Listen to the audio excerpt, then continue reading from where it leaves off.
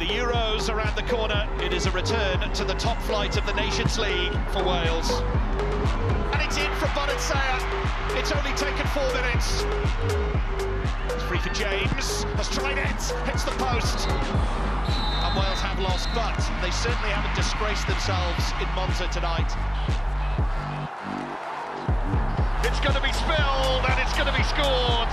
Sweden so silky in attack. Claims the back ball, penalty! And what a moment this is for Kayleigh Barton. And she's got it! Straight down the middle. For Wales have matched one of the world's best. There are now only 89 days to go until the Euros start in Switzerland, so less than 3 months for Wales to prepare for their first major tournament. And tonight's Nations League game against Denmark is another part of that preparation puzzle. So far in their group, Wales have lost one and drawn one, so a win tonight would do very nicely indeed. But once again, this is tough opposition for Rhian Wilkinson's side. The visitors ranked 12th in the world. Wales against Denmark, kick-off in around 10 minutes' time. But Wales are not fazed by top opposition, as that 1-1 draw against Sweden back in February showed. Hello there, good evening, welcome along to the Cardiff City Stadium. This the last time Wales will play in the capital before they embark on their European adventure. These three have already started packing. Nia Jones has got that bucket hat in her case. I lost them in Dublin. Oh, I know. We need to get them back. We've got Gwennon Harris with us as well, another former Wales international, current Wales midfielder, Sophie Ingle, with us as well. Sophie, you know what's coming. I always ask you this. It's like a monthly checkup with the doctor. How is that ACL doing? I've seen some videos of you running this week. Very exciting. Yeah, I'm on the next stage of my rehab now. The last couple of weeks I've been on the pitch, so that's been really nice to get the boots on. But yeah, it's just been very slow and basic, getting used to the mechanics of running again. Okay, well, we look forward to seeing you back on this pitch very soon. The big headline for tonight's game against Denmark, no Jess Fishlock. She didn't start for her club on Sunday. We are putting 2 and 2 together here. We're looking at her training as well. Has she got a niggle? You and I doing maths is a bit of a scary thought. I think she must have, given how Rhian Wilkinson spoke about the importance of her in drawing crowds into a really special occasion here. Last game they're going to play in the capital. For her then not to feature in the starting lineup, we saw that they really struggled without her in the central midfield against Sweden. She must have a niggle, but actually, I'm sure we'll see her make an impact off the bench because she's in the squad for a reason. Yeah, she is indeed. Last time Wales faced Denmark, they lost 5-1 less than 2 years ago. So what is a good performance from Wales tonight? Is it the scoreline, or actually are we expecting much more from Wales by now? Yeah, we are expecting a lot more. I think the performance obviously needs to be better, but I think the girls are confident enough that they'll be looking at getting a result as well. I'd just like to see us a little bit more compact. I think the last time we played, we were a little bit naive, a little bit too open, and I don't think you can do that against a side that likes to play in between lines. Sophie, I know you've been in camp this week. They've been happy, the sun has been shining. Tell us, how are the girls feeling?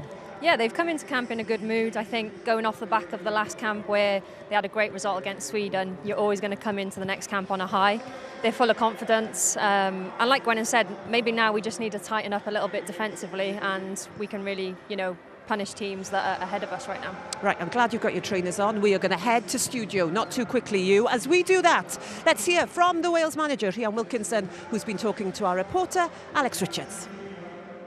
Rhian, you've made 5 changes tonight from the team that started against Sweden in the last match. Just talk us through your reasoning behind those changes.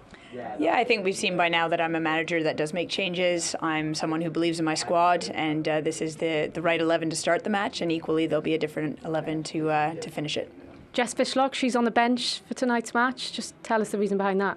Yeah, Jess is an important player for us, and she's always ready to come in, but equally we need to make sure that we've got a squad that can perform whether she's on the field or not.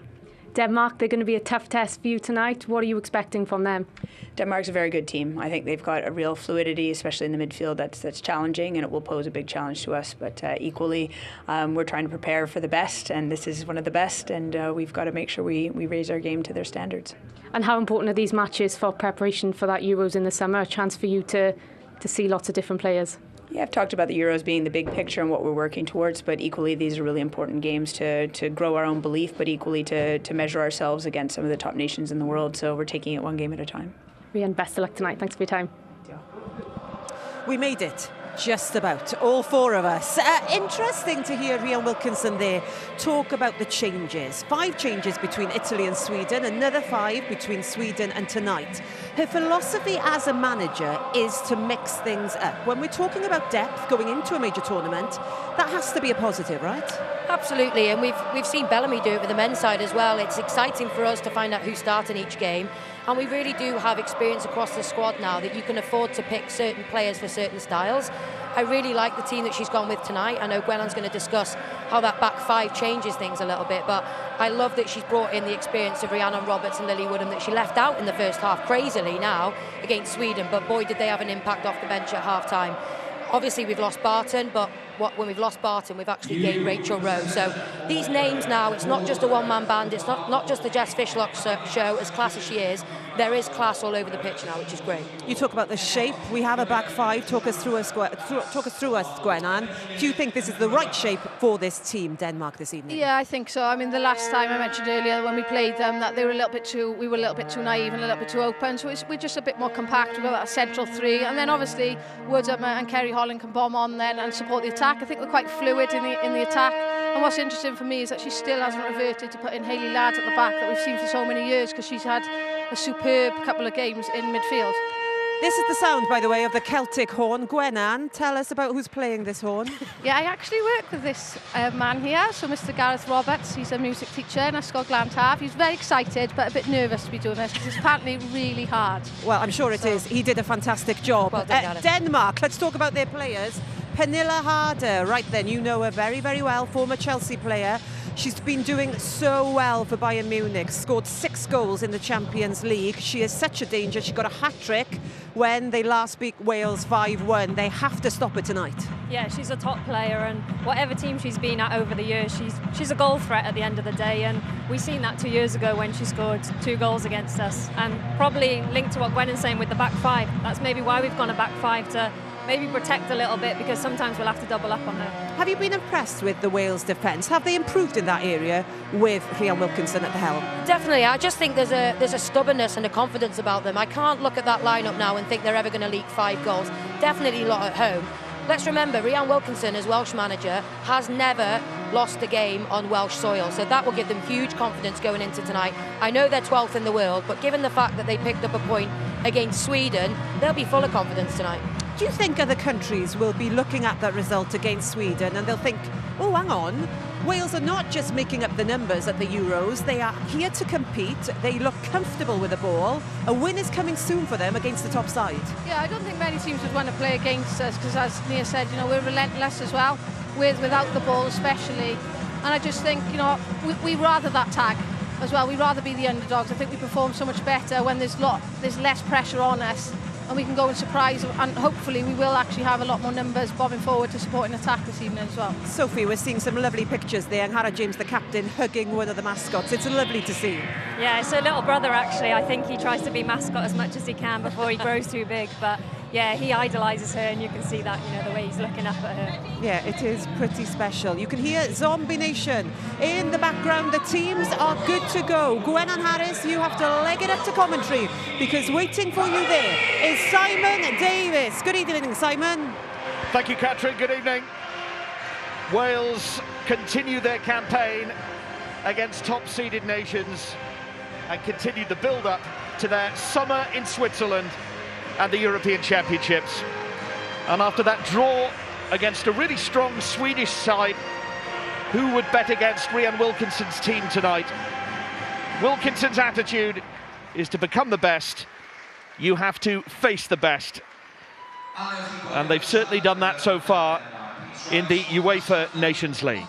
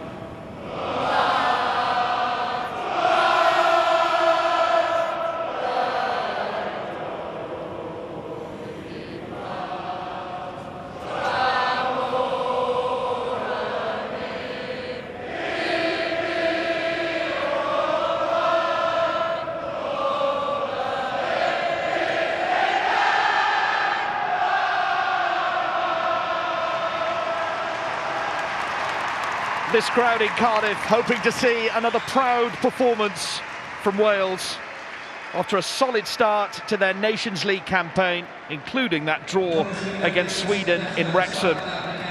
The sun is shining in Cardiff, and Rhian Wilkinson has made 5 changes from that draw against Sweden. Rhiannon Roberts returns to the defence, as does Lily Woodham. Leicester's Hannah Kane is back in to spearhead an attack, supported by the returning Rachel Rowe of Southampton and Bristol City's Fionn Morgan. Noticeable by her place on the bench, Jess Fishlock. So too Charlie Escort, Carrie Jones, Ella Powell, and there's no Kaylee Barton due to injury. There are 4 Danish changes to the team that beat Italy in February. Crystal Palace's Katrine Weyer and Katrin Kohl of Roma, as well as Fiorentina's Sophie Bredgaard, come into the team. Dropping to the bench, 2 more Fiorentina players, Emma Ferge, Emma Sneller, as well as Paris Saint-Germain forward Amelie Vangsgaard. Captain Pernilla Harder is one of the world's most high-profile players.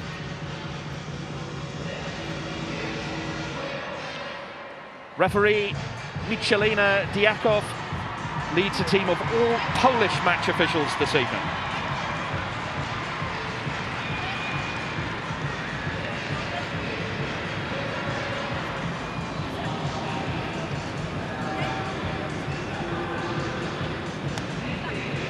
And it's Harder and James, the respective captains, and the respective coaches, Rhian Wilkinson and Andre Jelgerts, who leads this Danish team.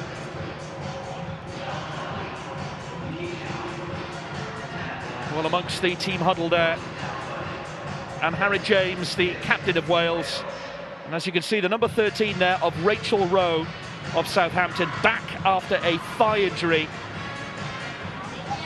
which ruled her out of the games against Italy and Sweden in February. Rachel Rowe winning cap number 73 this evening.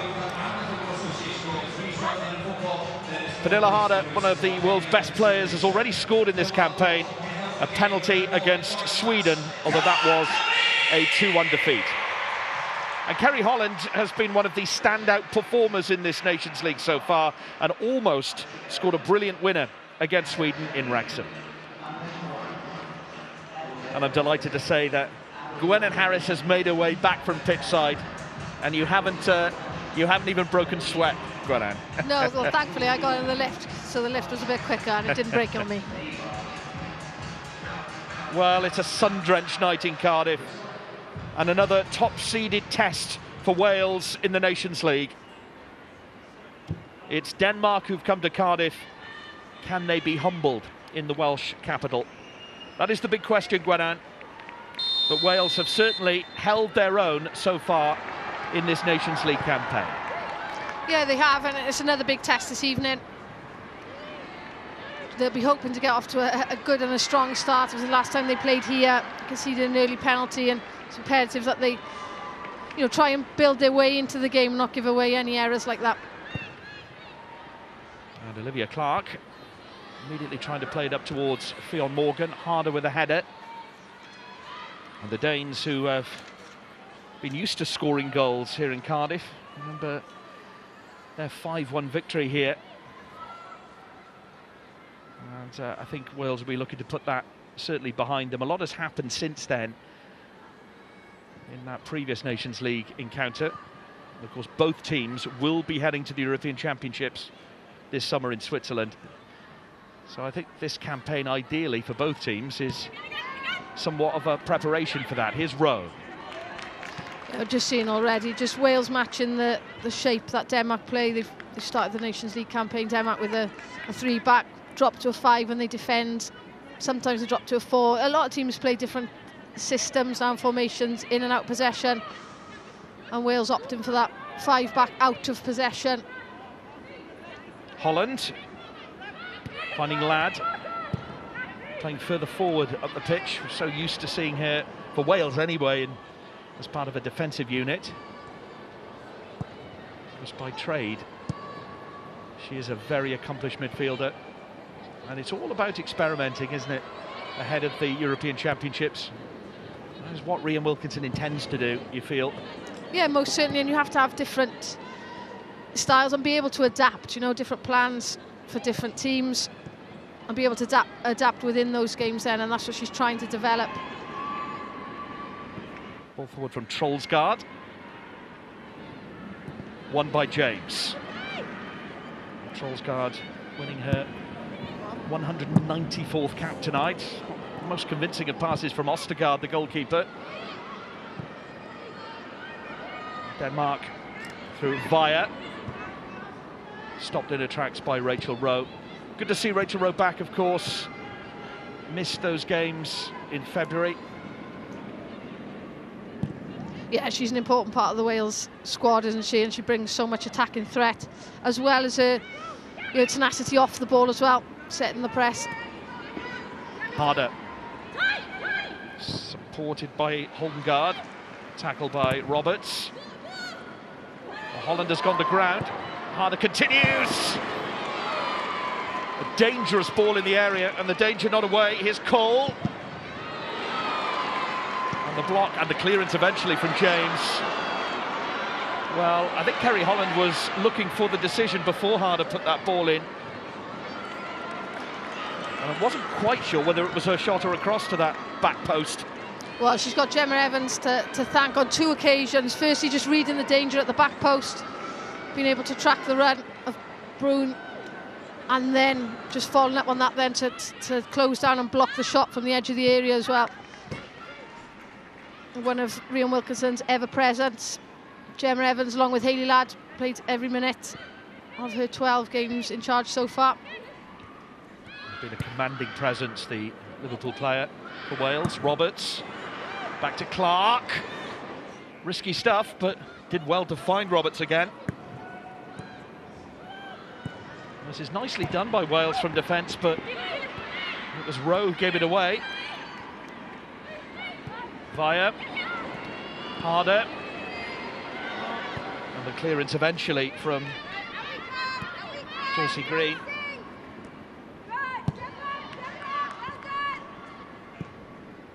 Well, Denmark lost their opening game in the Nations League to Sweden, at home as well, before responding with victory out in Italy. Just see from the picture just how high Denmark pushed their 2 wing backs forward. So it's as if they've got 5 against 5 basically, and then you've got Harder and Bredgaard just coming off, then just dropping into the little pockets at times. Morgan trying to read the run of Woodham.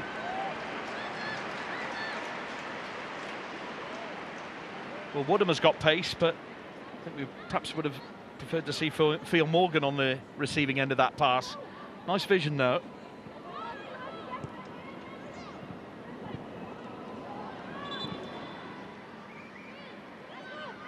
Well, Wales have the free kick. In fact, it's going to be a retaken throw-in. And it's Evans. Green. And just see the same then with Wales. Look how high they're trying to push Lily Woodham, Kerry Holland onto the back line and pin the Danish wing backs back. James, calmly done. Here's Roberts. Holland. Room to cross. James. Was caught in 2 minds. Did have Rowe in front of her. Before she was closed down. Yeah, just needed to check her shoulder there more than anything, just be aware of what was around. She was taking that touch that she didn't have the time to be able to. But few little good passages of play, build-up play from Wales. Following in the footsteps of some fine captains as well. The Sophie Ingle-Part of our team tonight, Jess Fishlock has worn that armband as well. And again, just look at the positioning of Harder. She's just coming into the screen. And Bredgaard as well, just how they're playing in between the lines, between the defensive line and the midfield lines, really hard then. Holmgaard. Picks out Harder. Oh, and it's in! Finds the corner. Clark was at full stretch. And Brun just swung that left foot and got the power and the precision. And Denmark had the lead. Well, it's a clinical finish from Brune. I think there was a slight deflection as well, but there's just too much space as it comes in. You know, Brune just picks off. I think there's a slight deflection off Gemma Evans, if I'm honest, but she shouldn't be able to get that space. I was watching her in the warm-up, if I'm honest. Maybe there wasn't a deflection. Maybe I'm doing an in-service, but I was watching her in the warm-up as well. She looks so sharp. Yes, slight deflection there, but again, just the time, shouldn't be allowed the time to be able to just peel off. Or the ball coming in actually from Holmesgard. You know, in that areas of the pitch needs to be pressured on the ball. Well, Olivia Clark, I think, undone by that deflection, and it just crept in, but take nothing away from the quality of these Danish players. And Wales have to get back into this now. Ball up towards Morgan. Balsinger to Cole. And here's Via. Well, Wales were disheartened when they went 1-0 down against Sweden in Wrexham, and did come back to draw that game. No, it's just difficult when you're a player, manager, you know, when you've prepared all week for a certain system and then obviously you concede early. You know, a lot of plans then throw out the window a little bit, disrupts everything that you've been trying. It's just about trying to keep your composure, keep calm, and ensure then that you can still play the way that you're wanting to, but obviously needing to push forward as well to get an equaliser. Brun linking up with Harder. Here's Hayley Ladd, trying to drag the ball away from Danish possession. Holmgaard just behind Harder, and Kerry Holland has time to clear this. But already, and we identified Pernilla Harder as an obvious threat, but she has been in the thick of what Denmark have done dangerously so far. Yeah, and it's the movements for me. You can see that Denmark are playing different systems with possession and out of possession. So when they've got possession here, they've got the three back and they're pushing their wing backs really, really high, and then Harder and Bregard, what you tend to say, the forward, wider players are really central, so they're vacating every single one of the defenders. So normally you tend to have, if you have a five-back, the central defender, so Josie Green in this case, would be free to be able to mop up anything, but she's actually being taken up by Brune. And they're just clever in their movements. Well, Brune plays for Real Madrid, turns 27 on Sunday. Pernilla Harder's CV reads just as impressively. Was currently at Bayern Munich, as Katrin was saying, represented Chelsea with distinction.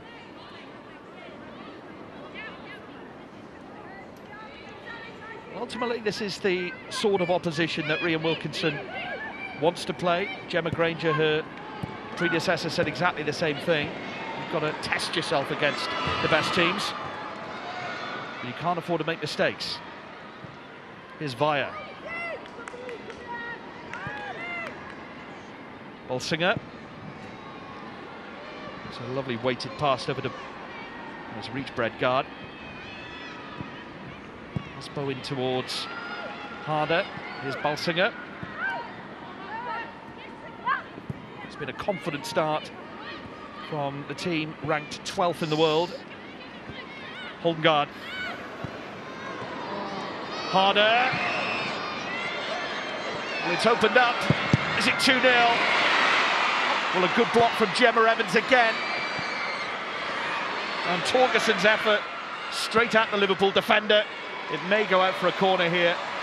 Well, it is a goal kick, but the pressure has been mounting on Wales. Yeah, and Gemma Evans again just willing to put her body in the way. Just the time and the space, look, the movements off the ball.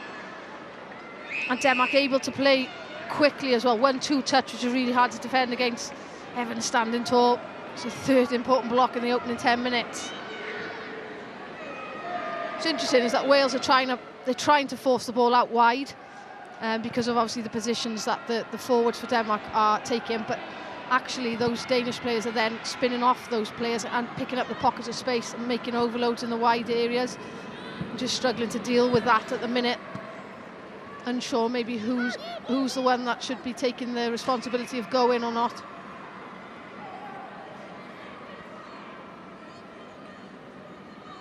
Wales again having Gemma Evans to thank for A block as Woodham takes the throw, finds Morgan in space. Can't be offside of a throw-in. And certainly has pace to exploit this Danish defence. Shame it came to nothing. But Woodham and Morgan certainly linked up well so far on that left-hand side for Wales. Yeah, and as you said, there's a lot of pace there, isn't there, between them. When a play, especially to Fio Morgan's strengths and running in behind, no defender wants to be facing their own goal in a race, a foot race with her. Woodham conceding the throw. Lily Woodham missed out on a starting place against Sweden in Wrexham. It was Ella Powell who was preferred in that position. Yeah, she had a tough evening, fair play, because one of probably the most informed players in Europe in Canada. That will be the test for Wales out in Gothenburg next week. In the meantime, Rachel Rowe trying to make room on that left-hand side. Tenacious character.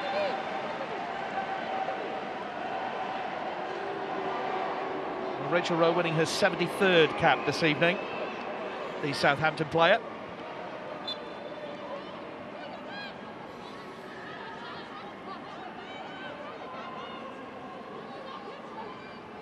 Rowe, the nearest player to the throw. Away by Cull. Risky pass infield. Home guard opting to go back to Balsinger. Ladd to Holland. Ladd again. And Rhiannon Roberts brought into play. And Hannah Kane. The first real touch for Kane this evening. Yeah, it's pleasing to see her back. Obviously she's been back in the last couple of camps, but just to see her hopefully have a good run now, injury-free. Again, she offers something a little bit different to that forward line. Always go back to that penalty in Dublin. Yeah. Ice cold nerves. Well, I think she was the calmest.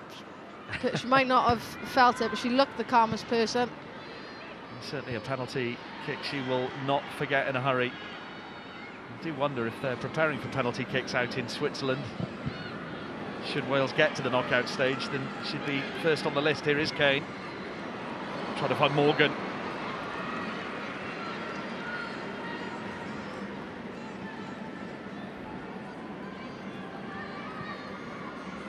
Balsinger. Made her debut back in 2012 for Denmark. That was against Brazil. It's been a constant in this team pretty much ever since. Cole. Via. Well, the goalkeeper Ostergaard is well out of a penalty area here. Oh. An awkward position.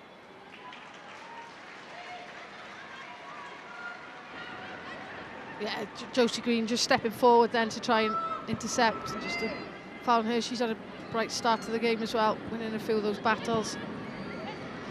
And those duels, 1v1 duels.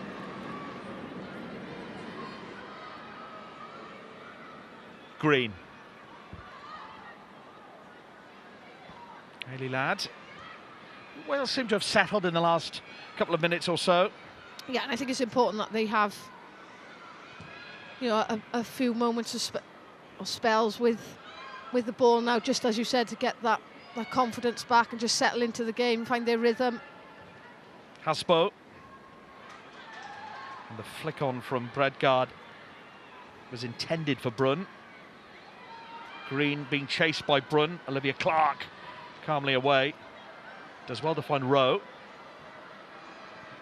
Lily Woodham leading the chase. Well, Denmark, 2 times quarter-finalists at World Cups. I've had a few semi-finals at the Euros as well. Back in 2013 in Sweden was the last occasion.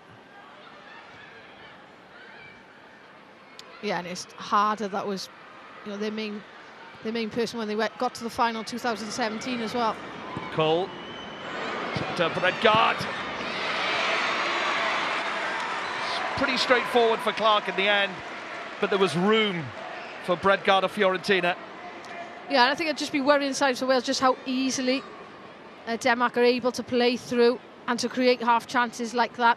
I should be disappointed with that. You know, it's an easy height. Obviously, there's straight at Olivia Clark, easy save for her to make, but you wanted to keep the ball on the floor there where you can. Now this is concerning. Well, Hannah Kane has gone down here.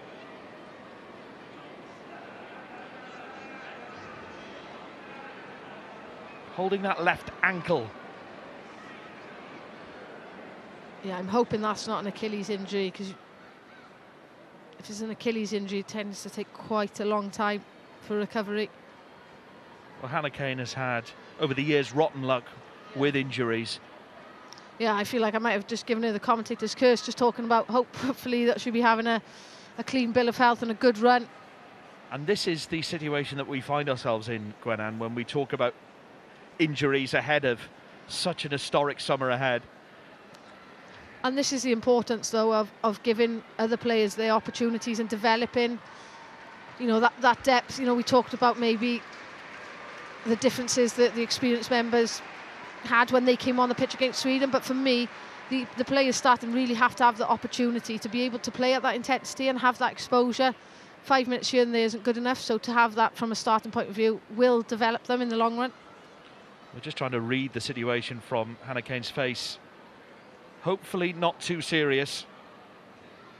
And even if it isn't, I don't think Rhian Wilkinson is in the position to take major risks with some of her key players. And a clear discussion between manager and player. And I think she'll be okay, Gwenan. Yeah, that looks positive, doesn't it? Maybe we just thought the worst at the start, given her history, unfortunately. And Kane is back onto the field, I'm happy to say.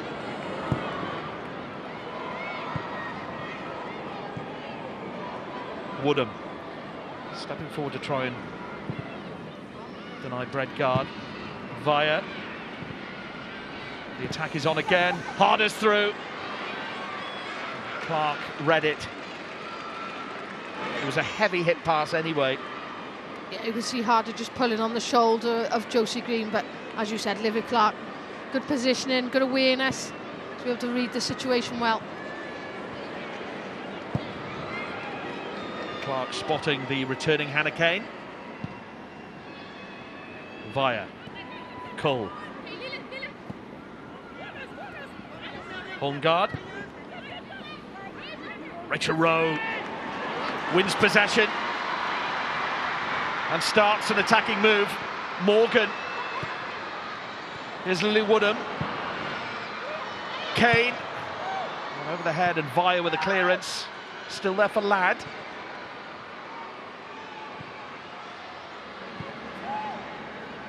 Well, that was the first real scare that Wales have given the Danish defence. And that came through Rachel Rowe. Feel Morgan tracking back, and Denmark looking to turn defence into attack. Harder. Holmgaard. If Harder looks up, she can switch the play. That's what she's done. Torgersen. I suppose that's what Wales have got to do, try and hit Denmark on the counter-attack. Yeah, and just need to be a bit better then. You know, in possession, be tidier. In possession, we tend to waste those opportunities just with a missed pass or the wrong decision.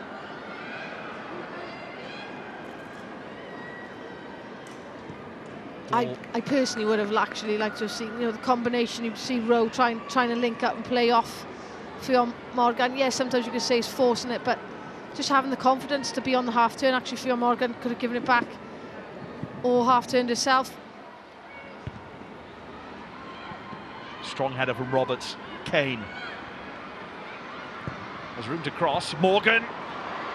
Ladd was going into the penalty area. And hasty defending from Denmark in the end, and no nonsense stuff from Torgersen. No, but that was so much better, and that's what I was talking about. Hannah Kane actually being on the half turn and facing forward and driving at the goal, instead of sometimes just being, oh, maybe a bit more cautious, and we'll try and keep possession. And when you're in those areas, as I said, there's nothing that defenders dislike more than a player running at them. Ball through the middle. And Clark has to be alert here. Oh, good save from Clark. Fingertip save from Bredgard. Yeah, it was a good save. I think it was a good height. But again, look how they're in those pockets. They're just playing off the defenders. Someone needs to take responsibility, get tighter for me. And you'd expect, if I'm honest, Olivia Clark to be making those saves, possibly going over. She couldn't take the chance in it, of course. Olivia Clark has already been forced into action on a few occasions. And was mightily close to stopping that goal earlier on from Brunn. And Bredgard, who had that chance, now has the corner. Short delivery, Cole towards that back post.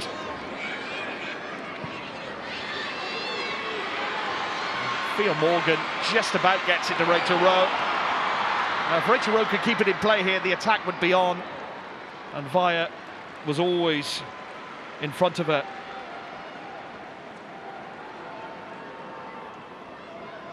Brings that enthusiasm to Wales's attack and does make things happen. Rachel Rowe.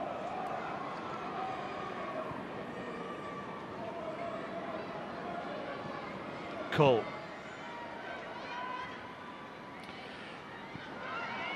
Well, let's get the thoughts of Nia Jones, former Wales defender, part of our team tonight. And yes, Nia, Denmark have the lead, but at least it's a slender lead at the moment. It is, and I think Wales can count themselves lucky that it's only one at the moment. It's a pretty timid start from the home side. I just think that they're being really overrun in the centre of midfield for all the work that they're doing in there. Ladd and James, just the movement, especially of Pernilla Harder. I know we identified her before kick-off, but just have a look at her. She's so difficult to pick up. Is it a job for the midfield? Is it a job for the back three? And it's the fluid movement and interchange of those forward players, her included, Bredgard, and the goal scorer Brun as well, is causing all sorts of problems for Wales. Thank you, Nia. Yeah, it's just 1-0. That's the positive at the moment, but you can't keep your eyes off this Danish side. The way that they can attack and quickly turn defence into attack in the blink of an eye. Evans' header. Brought down by Woodham. Again looking for the run of Fionn Morgan. I do feel if Wales are going to attack, it's those two down the left that are probably the most effective. Yeah, look, when you're playing up against a side that, especially if Denmark do lose possession, on that transition then, down the sides is where the space is, because they've got three central defenders. Obviously the pace of Hannah Kane, but Fionn Morgan as well. We need to exploit those areas better. The quality on the passes to be better. Holland gives away the free kick. They're not happy with the decision. We identified her performance against Sweden, Kerry Holland. Was probably one of the more outstanding Welsh players in those opening Nations League games. Almost scored a wonderful individual goal late on against Sweden. Oh, that would have been a cracker as well. She looked really lively, didn't she? And again, fearless in attacking positions. She's been asked to do a different role this evening, one that she's played before for Wales, and she's got such an engine on it. That's one of the big requirements if you're playing a wing-back position. Torgerson, first time cross. It was an awkward one to take on, and that was why it was overhit. It came from Brunn's header. We were just lucky, really, in a way, that the cross wasn't of a better standard, because you could see him queuing up at the back post. Former Kansas City player, Torgerson, currently of Roma in Italy. And here is Kerry Holland.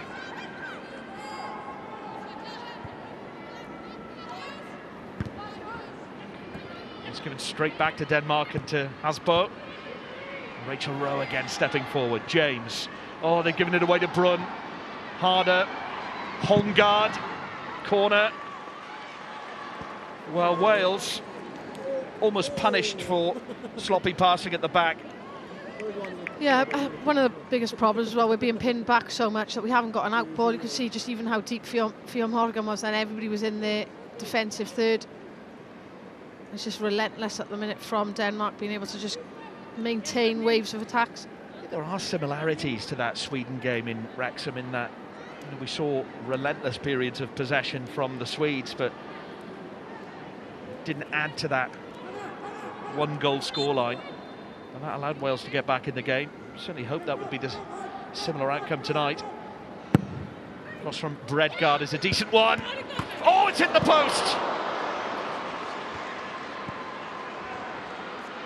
Well, it was Trollsgaard with a glancing header, and Olivia Clark knew very little of it. Yeah, it was just, well, no, she wasn't. Josie Green keeping her onside. I wasn't sure if she was maybe just crept offside. Brun, Clark opts to punch it away. Cole! Denmark are getting close to a second goal. Well, they really should have taken that chance, if I'm honest. Olivia Clark comes out. Could she have maybe taken that? Maybe she wasn't sure. You could just see Cool just leaning over. Just need to keep her head over the ball in that position.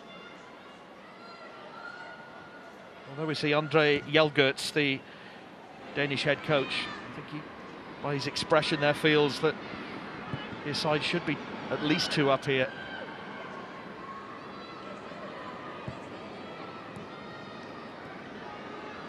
Bolsinger. Via. Anna Kane chasing it all the way back to the goalkeeper and almost rewarded for her efforts. Ladd. And we would call the high press, the intensity from Denmark when out of possession is pretty relentless as well. See, Olivia Clark had 2 players to contend with there. I'm loving all the terminology, Simon. You obviously must have read that BBC article with Chris Sutton about the terminology. Is it just bringing the old school terminology back round in it with a different term, basically? I just get my education sitting next to the likes of you and Nia Jones. Well, the important stat is that it's just 1-0. Can Kerry Holland change that? Took her time. Kane would have to have been spectacular. It would, but I love that. You know, as a forward player, maybe having to work off crumbs at the minute, when she just sees a sight on goal and that's sitting up lovely for her, why not pull the trigger? Okay, yeah, accuracy not there. But if you don't shoot, you don't score, and I'm a big believer in that. You know, Wales haven't had any opportunities on target in this opening 30 minutes. So when it's sat up for you as a forward player, you're going to pull the trigger.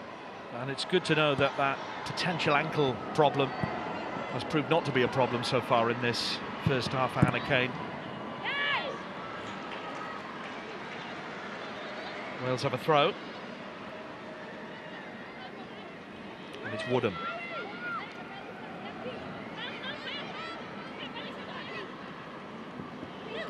Rowe had made the run. There's not too many options here, but Woodham does go for Rowe. Ladd does well to win it back. Woodham. Gemma Evans.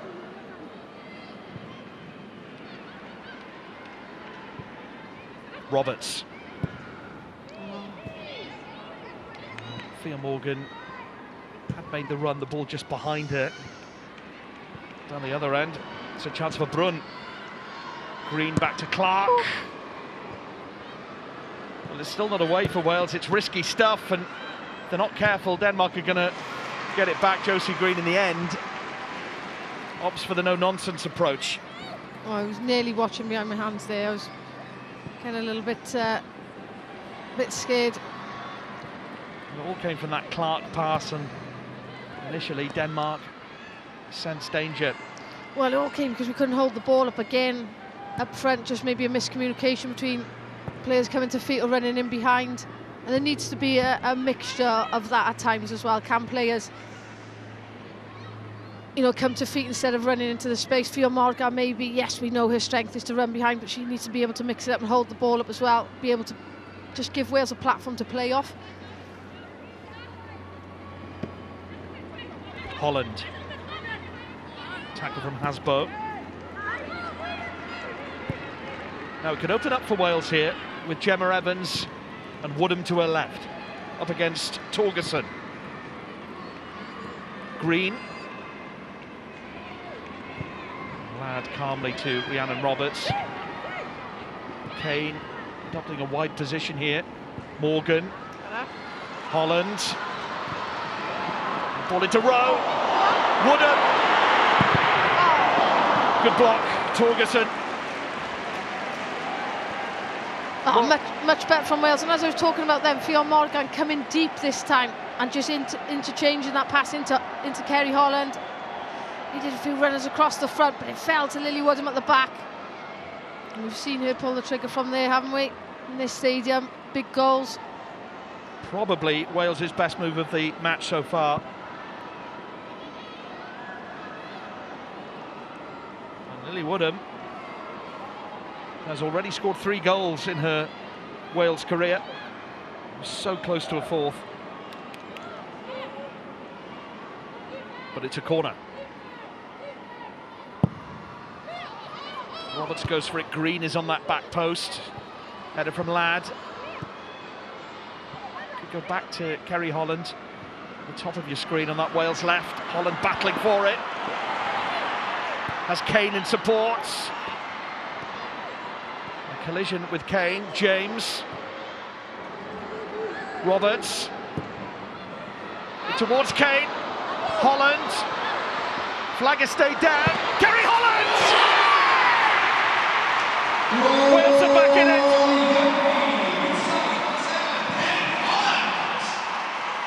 Wales were persistent, and persistence has paid off for Kerry Holland.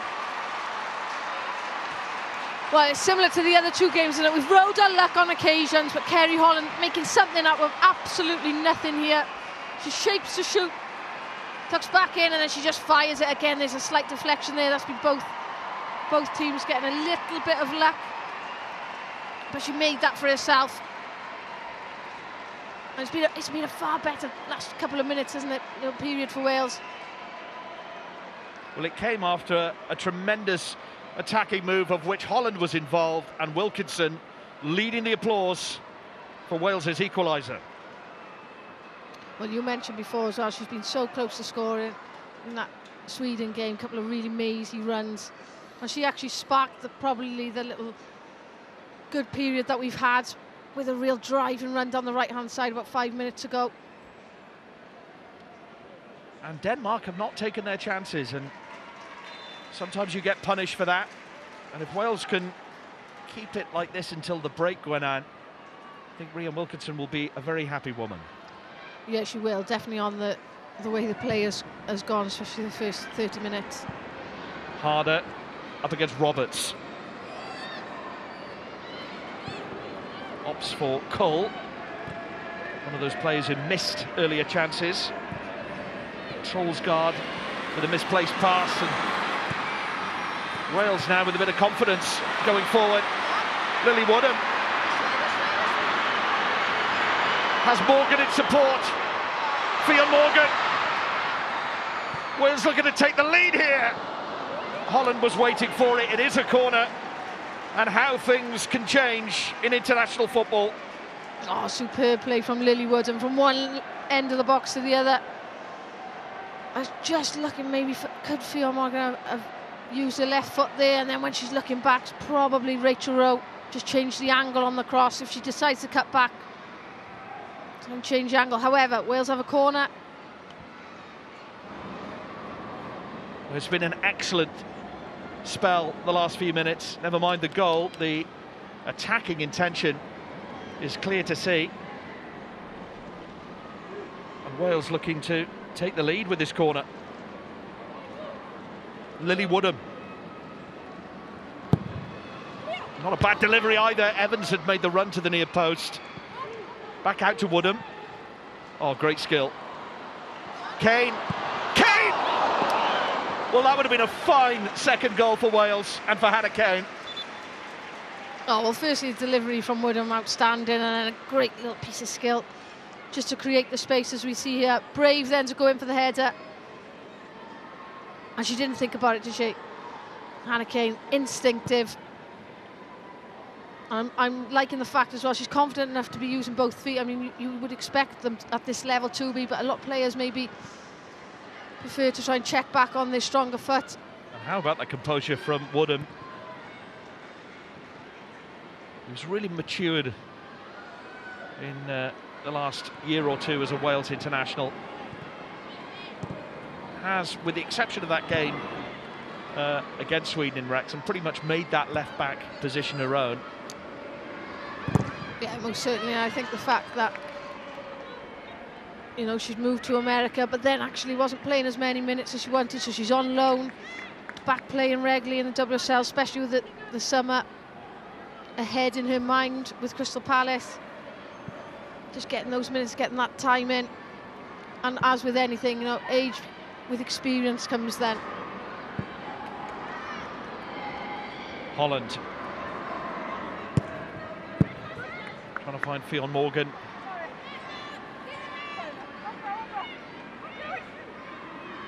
Well, Kerry Holland, yes, it took a deflection, but you've got to hit the target first, and she created the chance for herself and was rewarded for it. And you know, as a striker, Gwenan, you've got to hit the target.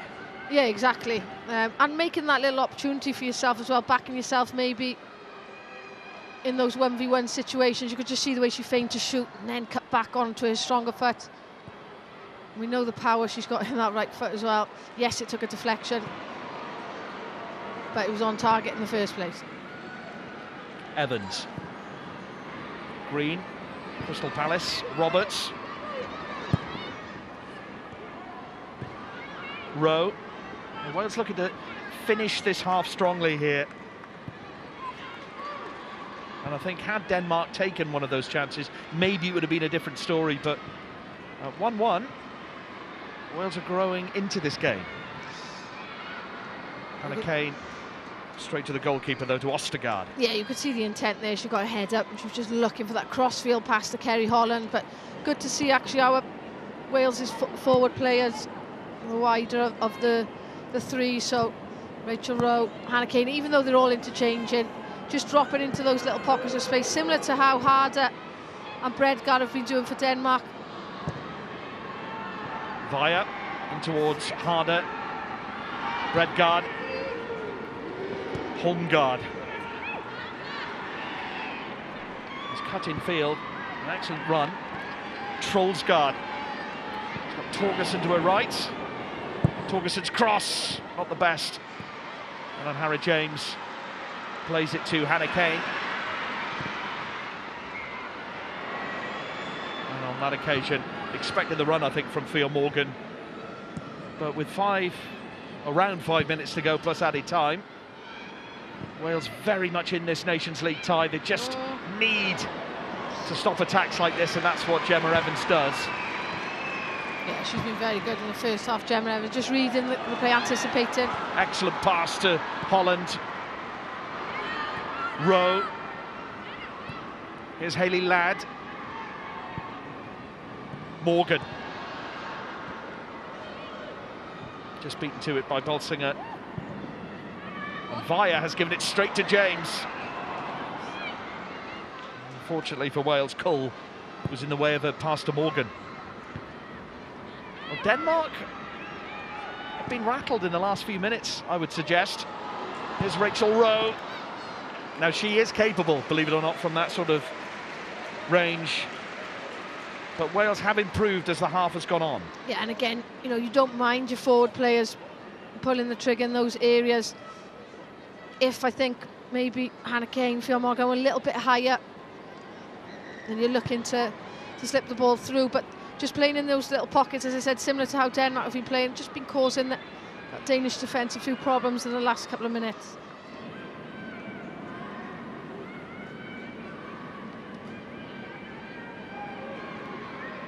Kerry Holland just on the receiving end, I think, of a flailing arm, and yeah, just holding her face. I don't think there was any intent there. No, I don't think there was any intent myself. It wasn't as if it was an elbow. However, the rules are rules at this point. You know, when your arm is raised, you run the risk. Jess Fishlock. I think the indication from Rhian Wilkinson is she's looking to manage her hours. Fishlock, of course, will always be there when Wales need it, but just need to manage her minutes, perhaps, approaching the Euros in Switzerland?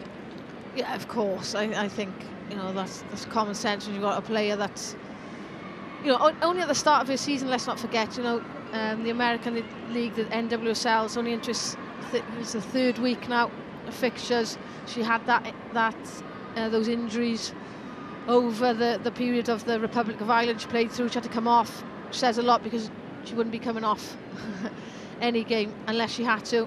So it's just about managing that load now, because she's still coming back and returning from it, even though they've started their season. Rhian Wilkinson barking orders. One of the true greats of Welsh football, Neville Southall. And in his pomp, he was one of the best goalkeepers in the world, no doubt about that. And a supporter of the Wales women's team, as well as the men's. Noel Mooney, the Chief Executive of the Football Association of Wales, as well. Yeah, and speaking of support, Simon, the girls under-19s team actually are in the middle of their round 2 qualification for the Euro finals in Poland this summer. Had a really narrow defeat to France on Wednesday. Have a 1-goal-0, a hugely impressive performance by the under-19s, and they're actually playing the Republic of Ireland tomorrow in Steban Heath Park in Llanelli. If anybody is close by, it's meant to be a nice day. I'm sure the girls will appreciate every support. Some outstanding performances, namely from Mairead Griffith, who obviously made her debut in the last camp. Yeah, it's supposed to be a lovely weekend for football. I'm no Derek Brockway, so I don't want to jinx it, but yeah, go and support the under-19s, I would. Kerry Holland back on the field, by the way, after temporarily leaving it. Here's Holmgaard. Via, an Arsenal and Everton player. Won back by initially Hayley Ladd, and Hannah Kane is fouled. But there is a spirit about this Wales team under Rhian Wilkinson. You feel that, you know, much like against Sweden, even after conceding such an early goal, heads do not go down.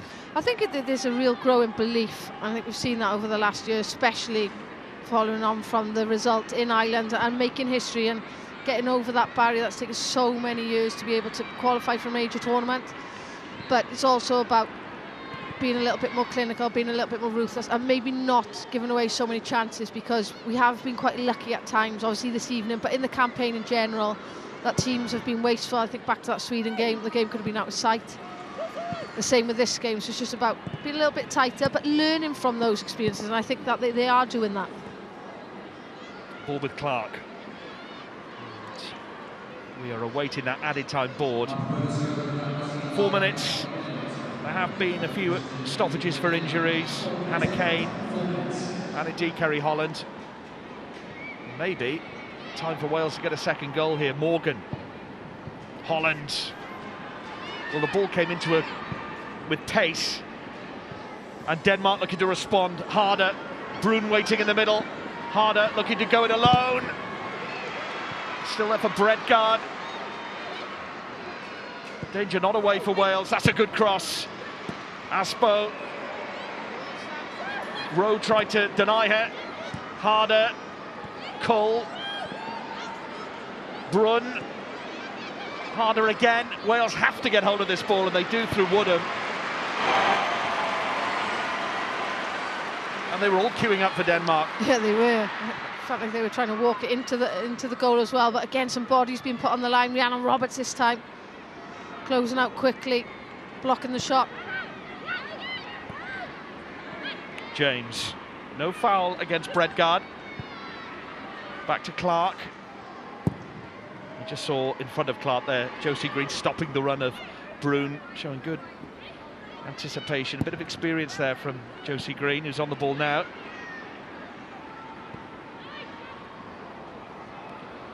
Yeah, I think those things are important as well, those little dark arts just off the ball, especially as a defender. Can you just maybe disrupt the run of forward players, getting their heads as well? I used to get really frustrated, if I'm honest, when players used to do, especially defenders used to do things off the ball like that. But it's an important part of the game. Ostergaard to Bolsinger. Via. Did have a brief spell in Seattle, Via, which has been the destination for so many Welsh players over the years, including Harry James.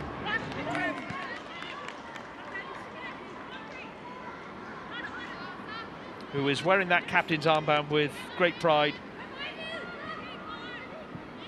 I think was one of the clear candidates, one of the obvious candidates really, when the armband was relinquished.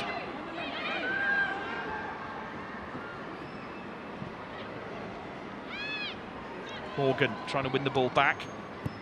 Brun trying to feed harder. And it's Via. Your thoughts on this first half performance, Gwenan? Well, a tale of two halves in a half, really. I think the first half Wales really struggled, maybe over-respected, gave far too much space, couldn't deal with the movements of the forward players. However, just as we've said, just stayed in the tie. We said that in the last game against Sweden as well, stayed in it and have grown in confidence, and then have taken one of the limited chances in a way, and that's a really important sign. Torgerson fell awkwardly there, tried to get the better of Lily Woodham. Had to really be at full stretch to get that cross in, which she couldn't keep in play. And back on her feet.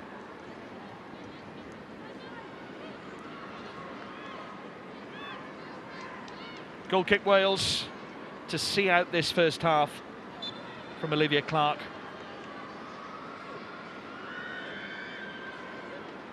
And a crowd of more than 7,000 here tonight in Cardiff, hoping that Wales can continue this into the second half as well. Torgerson. Josie Green. Spotted the run of Morgan. Away by Trollsgaard, and it's half-time. Well, it started in the worst possible fashion for Wales. Denmark took an early lead through Brun. The likes of Harder, a danger throughout, but Wales, to their credit, fought back, and Kerry Holland made the opportunity for herself. At a half-time, she has made it Wales 1, Denmark 1.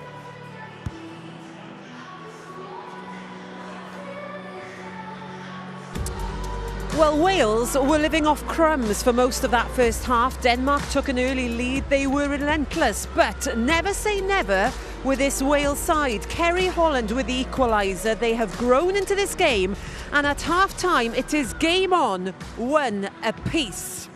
So let's have a little look then at the stats. Denmark, as you imagine, have dominated possession. They have had 10 shots on goal, 3 of them on target. Wales have only had 5 shots, 1 on target. So Olivia Clark has been very busy in that goal, but it's the scoreline that's important, of course. It is, as I said, 1 apiece, nothing to separate them.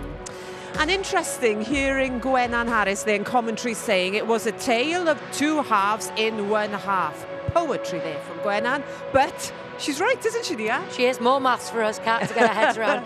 It's true, and we've seen this with this Wales side before. It's almost like when they survive being under the cosh for little periods of the game, they seem to actually wake up, and then the actual reaction from that, they had a real period where they had actually pinned their opponents back. So, and that's what is more exciting actually is that they capitalised on it, Wales. So yeah, they just need to get out of the habit of actually starting poorly, because we've seen it on a couple of occasions now. Yeah, because for the first half hour, let's face it, Denmark were relentless, weren't they? Yeah, they were. They were just coming down our throats constantly, and again, I think when we concede, we then kind of change our mindset of we need to, start now. We need to start the game, and it's kind of too late. We can't gift these teams like Denmark goals like that. Yeah, and we didn't have to wait long, did we? It was the 7th minute of the game, Brun.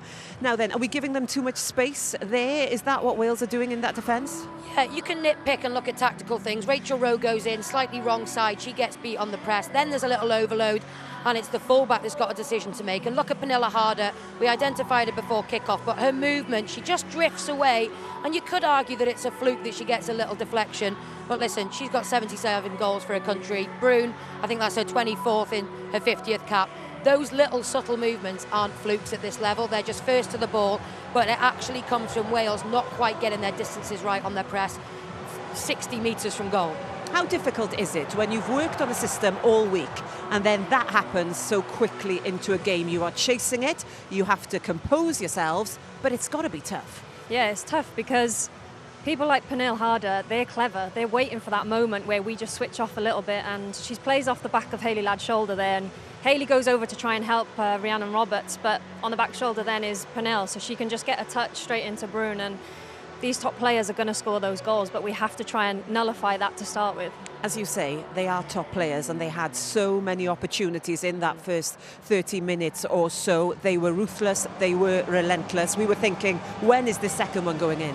Yeah, exactly. They were under the cosh here, Wales, weren't they? And exactly like Ingle said, it's not actually your traditional forward players that were getting in behind, much like this occasion. It was the runners from midfield, much like Pernille Harder and Bredgaard, who were such a threat, so difficult to pick up. We said in the build-up, actually, because we've got three centre-backs, one of them can afford to step out when you've got a back three because you know you've got cover, but it looks at the minute like they're looking at each other to take responsibility for that, and yeah, it's difficult. Do the midfielders drop on them and chase them? Do the defenders step out and pick them up?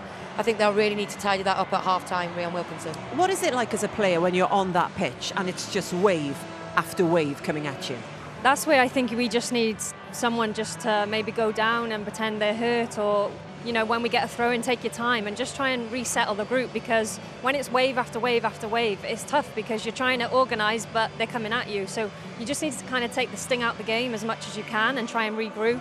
Or if someone is down, just get together, you know, whether it's backline, midfield, and just, you know, give 1 or 2 pointers. What I will say, towards the end of that half, we saw it. Although they're very high in the Welsh box, the Welsh players were much closer to them. They couldn't get a shot off, they couldn't get the passes off that they wanted to. Their distances of closing down and pressing was much more aggressive, which is what they need to be from the very off in the second half. Interesting to hear you say that they probably needed somebody to go down. We did see Hannah Kane going down. We were concerned because she has been so unlucky with injuries, but thankfully back on. And actually at that point things did seem to change. Now then, Kerry Holland, she makes this goal out of nothing. She finishes it off very well indeed. She does. This is the build-up to it. She who's actually had a hand in winning the corner, gave in a brilliant cross to Lily Woodham, who had a shot off for it. But just look at her tenacity here to come in, win it back, just never giving up on anything. It seems like a thankless task, but she's also got the presence of mind to actually bring somebody else in with the calmness. It's a little bit scrambling here. They're trying to look for options. It's a little bit one-dimensional for Wales, but this ball that comes in from Rhiannon Roberts, she is just anticipating it. This bit of skill here, the drop of the shoulder, the little touch and the blasted finish, that for me is why Wales could really do with her higher up the pitch. If she wasn't up for the corner that she won, she would never have been in that position to score that goal. She's playing at right wing back tonight, and it's an area that we know Wilkinson's had to toy around with. We've seen Charlie Escott there, we've seen Rhiannon Roberts there, I think we've even seen Fionn Morgan there. Nobody's quite nailed down that position, but that is a reason I think Kerry Holland needs to be up and amongst it in the attacking part of the pitch. Where do you want to see her? Yeah, I think that what is most positive about that clip is that we keep the ball alive. Yeah. We have numbers high up, we're secure around the edge of the box, and Harrod and Haley are, you know, securing it for us to win it back, to then get it back out wide, and luckily we do that and manage to get it to Rhiannon. Don't deflect. Where do you want to see Kerry Holland play? I want her as high as possible. You know, I think sometimes when we play a back five, she can get dragged lower, and that doesn't really suit her. We don't want to defend in our own box. We want her high and getting at the opposition. It all depends on formation, but if we play a back four, she has to be the out-and-out winger. It's a compliment. She is so talented and so versatile. I can understand why she's had the call up there. We are hearing that Fionn Morgan is going off at half-time and that Carrie Jones is coming on. Are we liking that change? Yeah, I think it's possibly a switch for Hannah Kane, maybe going down the middle as a traditional number 9 and seeing Carrie Jones come into that number 10 position. I think at times I've really wanted Wales with the ball at their feet to just be more direct and run towards that Danish back line. They've actually been a little bit tentative and looked to turn back and bring others into play. Carrie Jones won't need a second invitation to do that, which I think will just put them on the back foot a little bit, give us time to get players up the pitch for support. So there we are. We know about one change that we are going to see very soon. I wonder, are we going to see Manchester City's Maisie Davis in the second half? She had her first international start against Sweden up in Wrexham a couple of months ago, and she is one of these very exciting youngsters in this Welsh squad. So we caught up with the 18-year-old. She had a little sit down with Alex. Maisie, it's lovely to see you. Nice to be back on camp.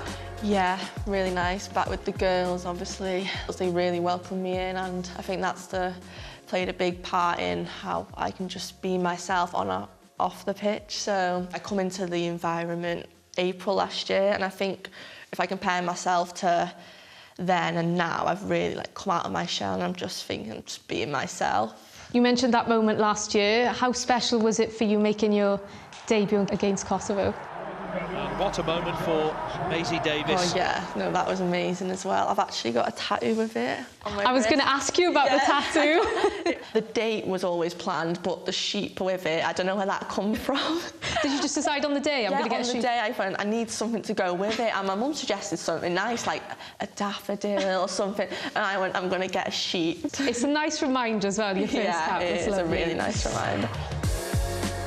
In your last camp then, you got your first full 90 minutes and player of the match performance. Yeah. How nice is it for you getting praise from Rhian? Because I mean, she came out after that match and said that she thinks you're a player that could reach 100 caps or more. It's nice to know that she thinks I can get to that stage in my career, but she has given me opportunities that I never thought I'd get to at this stage and with my age, so I'm just grateful. And who else has been quite influential in your life? Because I know your dad is a former footballer. He's played in the Cymru Premier.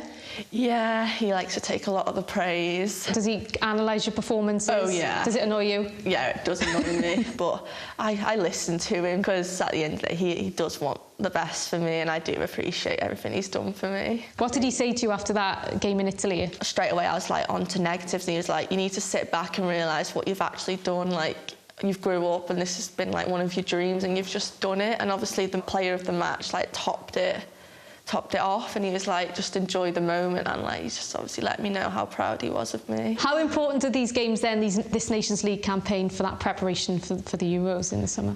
Oh yeah, it's really important, obviously. Even though it's serious, it's we're enjoying the process as well. We've made history, it's an exciting time for Wales, so yeah, we're just looking forward to the Euros now. And would you get another tattoo if you got there? Probably. Yeah? Yeah, probably would. I might get the daffodil this time with the date. Yeah, are we going to see Maisie Davis in the second half? We are definitely going to see Carrie Jones. She is coming on very, very soon in this second half. But let's talk about Maisie Davis. Loving the sheep tattoo, yes? Yes, of course, yeah. Anybody it matches else? yours that you've got on your back. Not now. Have you got a tattoo at all? Not a sheep one. No, we need to get one when we go on tour together. Let's talk about Maisie Davis then. She's played for Wales under-17, Wales under-19s. She was called into the Wales squad in 2024, so last year. She had to wait a year for her first international start. How much have you seen her develop, Sophie, in that 12 months? Yeah, she's such a talented youngster, and I think credit to her because she's not playing at club right now, and that performance last time when she got a debut is phenomenal at this level. To be able to come into the senior team and give a performance like that when you're not getting regular minutes at your club is a credit to her because all the hard work she's been putting in. So with that in mind, what is the next move for her? She's 18 years old, she's with Manchester City, she's not starting. So where would you like to see her go to progress for Wales and for herself? Yeah, this is the hard thing because she's training at a quality club. She'll be training alongside very, very good players every single day, which is developing her. But also at that age, she probably needs to try and get some game time, whether she goes on loan. It kind of doesn't really matter where, but just to try and get that game time to, be match fit ready for potentially the Euros. I'm going to throw you under the bus a little bit, but as we're talking about her, I remember coming away from that game and saying to Ingle, wow, she's so talented to play in the back line and look so calm. You told me that you had a little word with her after the game. Do you remember that exchange? Go on. Yeah, I do. There was one point where she didn't track back. Was it that one you're on about? Was there another one? She was blowing blessed towards the end. I think it was about 80th minute, and she got turned on the halfway line, and it looked like she was walking back, to be honest. And I said, you can't do that at senior level. You have to sprint back, whatever, whether you're tired, whatever, you have to just. But she said it in such a jovial way that actually that is exactly why. Yes, it's so important to have youngsters like that coming through, but it's so important to have leaders in the group like that who... She won't forget that, will she? No, and it was, around an arm around the shoulder, well played, but also, don't forget.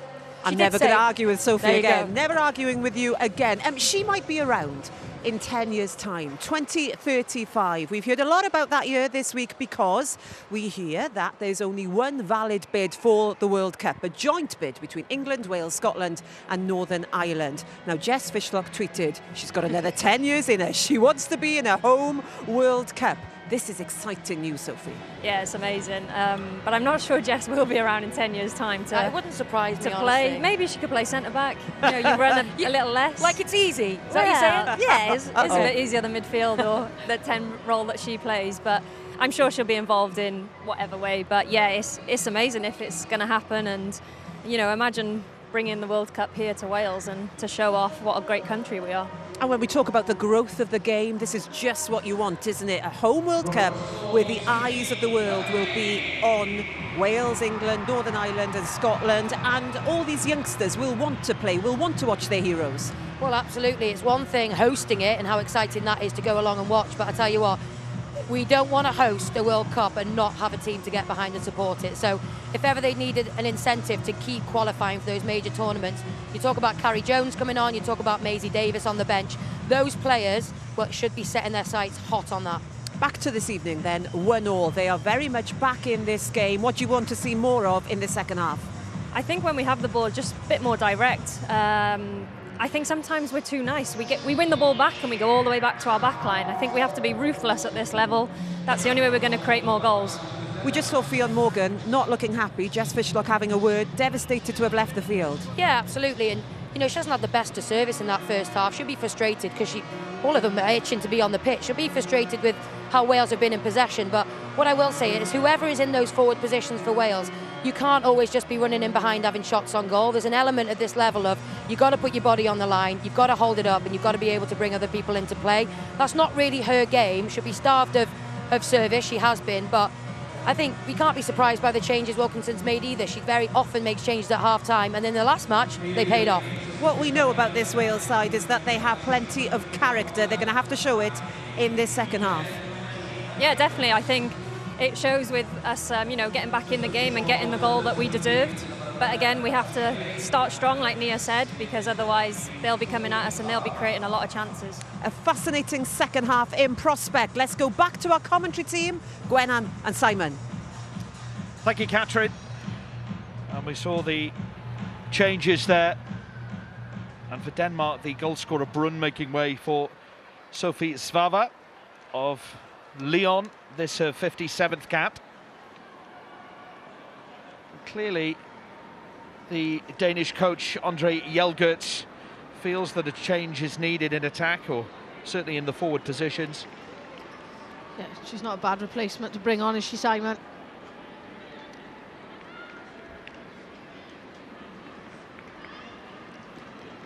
A big opportunity. And it's actually Katrin Veijer, so yeah, my mistake. It's not actually Brun who's been replaced, and it is Veijer off. So, but certainly Svava playing for Lyon, one of the top clubs in European football. So that is the change for Denmark, and as Katrin was saying, the change for Wales, Gwenan, sees Carrie Jones enter the fray. Yeah, I think it's a big opportunity for her again. Carrie Jones needs to be nice and tidy in possession in the build-up play. Capture again those areas to be productive. There is Brun very much on the field, playing to Harder. Wales don't want to concede another early goal like they did in the first half, and Josie Green improvising a bit to clear the ball away. Ball from Harder, there's a push, is there? Well, there was a coming together inside that penalty area. The referee had a good look at it. It was Brun who went down after the challenge from Holland, but the referee didn't indicate anything untoward. Certainly no appeals from the other Danish players apart from Brun. No, and I think that's normally the telltale sign. She's coming together for me.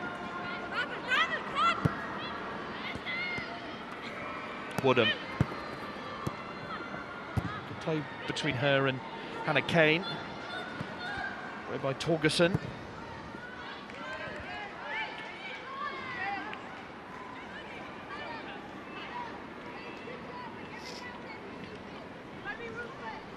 Torgerson, one of the players who came close in that first half to adding to Denmark's goal tally.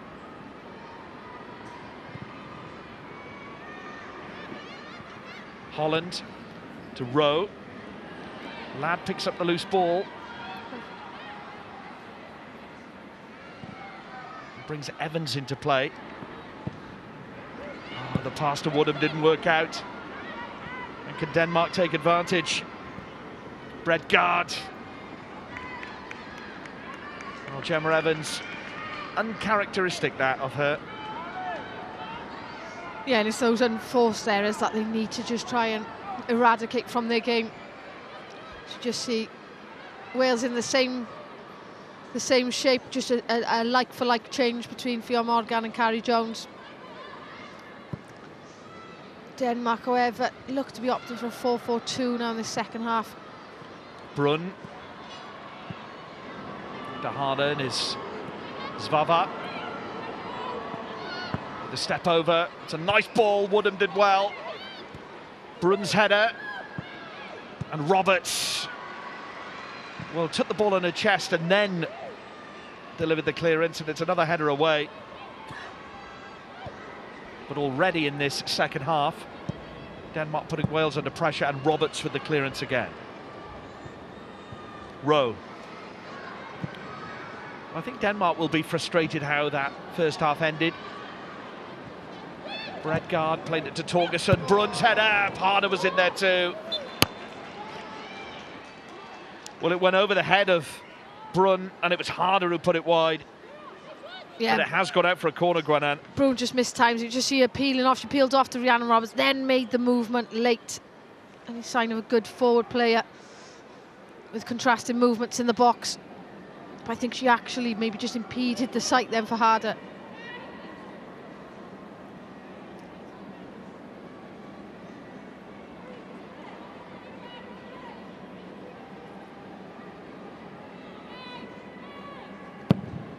Bredgaard's ball is not a bad one. Clark did well in a crowded penalty area.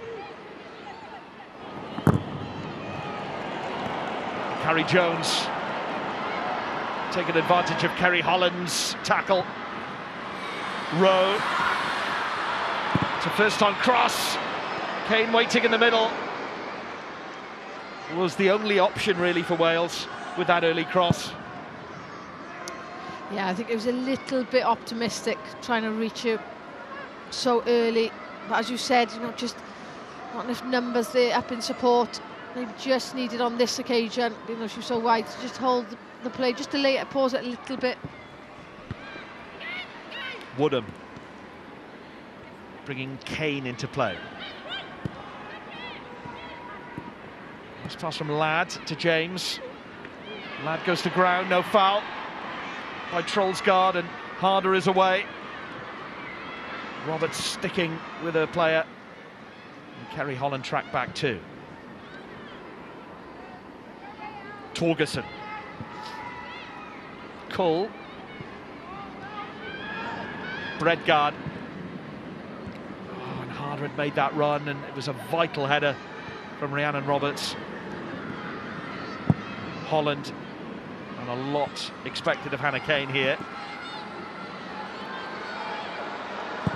Well, I think Kane put the pressure, which almost forced the error. Yeah, just the confidence and the accuracy to play out. If you're going to be playing out, you have to be able to have the accuracy. Ball over the top for Harder to chase. Excellent header, Josie Green. Ladd. Oh, brilliant. Composure personified, Hayley Ladd. Here's Woodham. Well, Wales have really settled into this game. Denmark are a danger, there's no doubt about that, but Wales seem to be relishing mixing it with the big guns of European football. Well, it seems to be anyway, Gwenan. Back in this Nations League Group A. Yeah, and I think again, we talked about growing in confidence, staying in the game, being able to actually score. It took us a long time, it took Wales a long time to be able to actually net a goal against some of the bigger nations. But since they have, You could just see, shoulders just back a little bit taller. And that belief within games, can they go and pinch a goal, can they go and pinch a winner? It's there now as it didn't used to be. Quickly taken throw. Ball in towards Zvava. It was a decent first touch, but Holland grabs hold of it and plays it up towards Rachel Rowe. Here's Cole. Pretty end-to-end this second half so far. Torgerson. Bredgard. Back to Torgerson. And Gemma Evans there again. Gemma Evans, you mentioned an ever-present in the Wilkinson era so far. This her 74th cap tonight.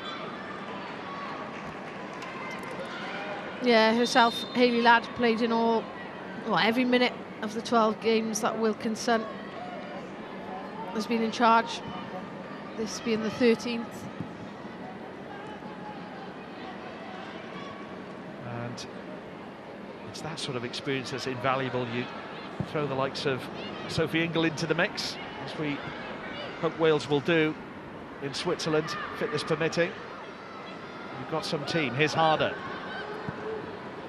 Looking for Bruno. Had positioned herself for the volley.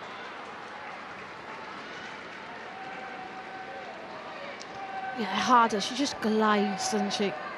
Just see the way, and you never know which way she's going. She's so adept with both feet. And as you said, Brian was lining up the spectacular there for sure, if it wasn't for the intervention of Hayley Ladd. I have no doubt if Hayley Ladd had not got there, that bicycle kick would have connected. And Kerry Holland has been in the thick of all the 50-50 battles so far in this second half.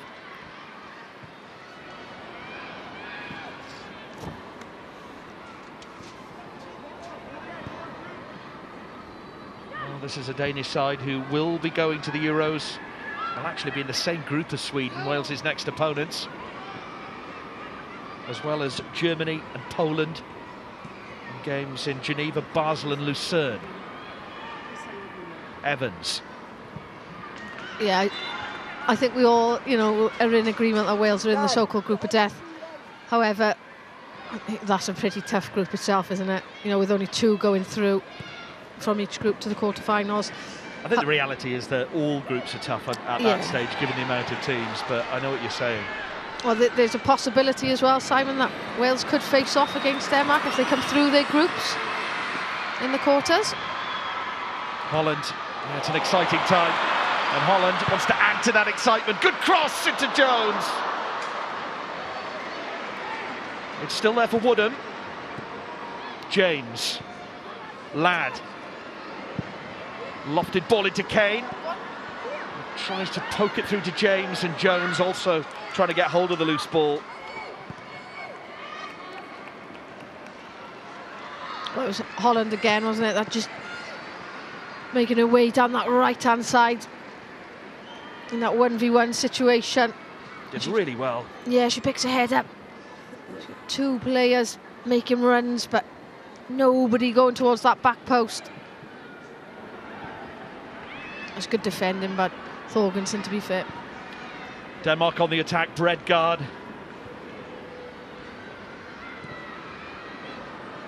From Holmgaard, it goes over to Zvava. Harder and Brun waiting in the middle. Bredgard.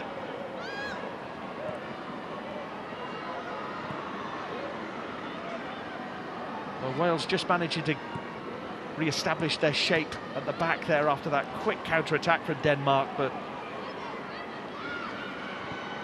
all it needs is one good delivery here.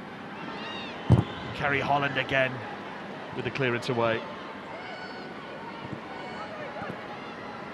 Pass Bow. Harder. Josie Green with a foot in. Ladd. And one back by Harder. You can't give this player room, even in those wide positions. No, I think just the defensive attributes then of Hayley Ladd being able to stand up as well, not dive in. because as you said, Harder, she can go either way, and she just glides across.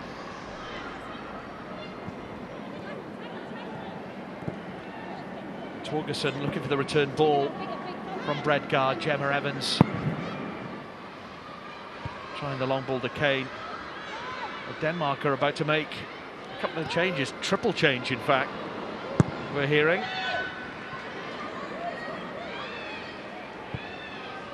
Woodham.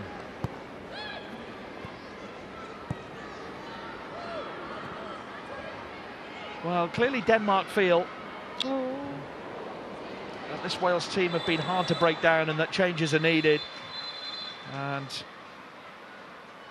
with play stopped, it may give the Danish bench the chance to make these changes. There's certainly activity on that bench, and yeah, there's some good players coming off. We just see this replay again. Hayley Ladd checks her shoulder, maybe a little bit unaware of Hasbro, but a couple of times she has half to, and Hasbro's been pulling on his shirt, and that's maybe why we saw the element of frustration. Header won by Rowe, did well. Kane. Holland. Rowe looking for the Kane's run. Just overhit slightly. Yeah, the idea was right there, wasn't it? The combination, just, as you said, overhit, as we see it again, just that running from Hannah Kane's pace in behind. Again, just in that final third, the accuracy. Well, Brunn is off, and in her place comes Amelie Vangsgaard of Juventus. And Emma Sneller in for Katarine Kohl. And the other change is Yanni Thompson. Plays for Utah Royals, on for Bredgaard. So a complete change in midfield and attack, Gwenan, for the Danes. Yeah, well, we've seen them change shape as well in the second half, so they're obviously looking at different aspects themselves as they prepare for the summer ahead. Not some bad substitutions if you can bring the likes of Vangsgaard, Juventus player, off the bench. Well, how will Wales adapt with these changes?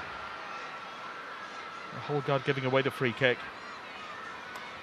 Yeah, I don't think there's too many complaints with that challenge on Rachel Rowe. Holgard, a Everton player.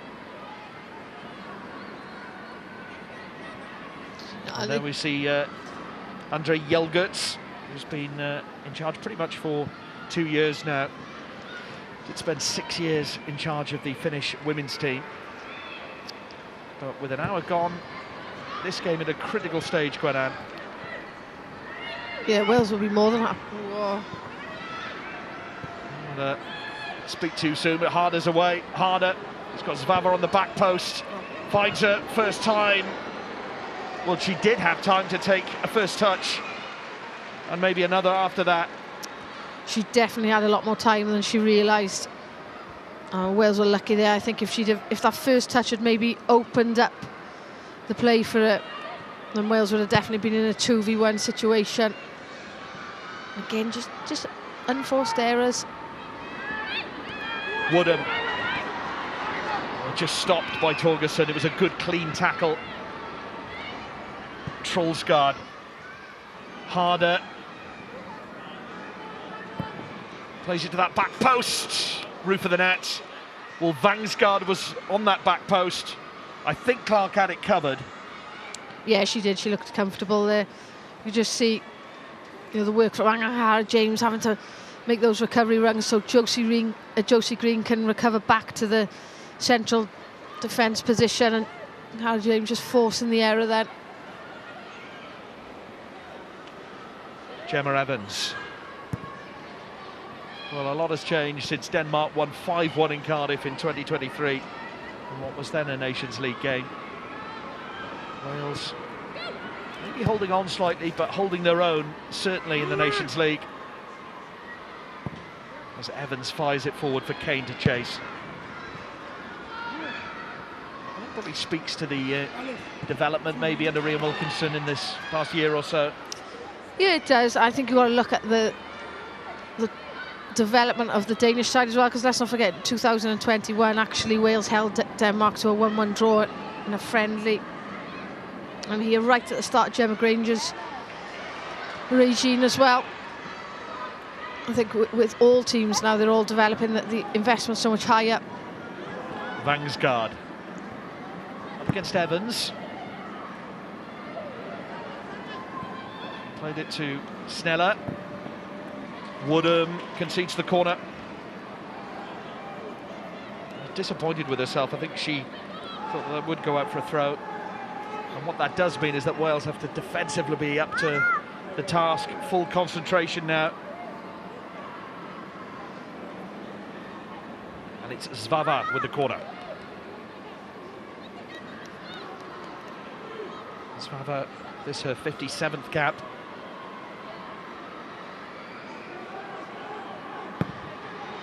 Played it short to Sneller.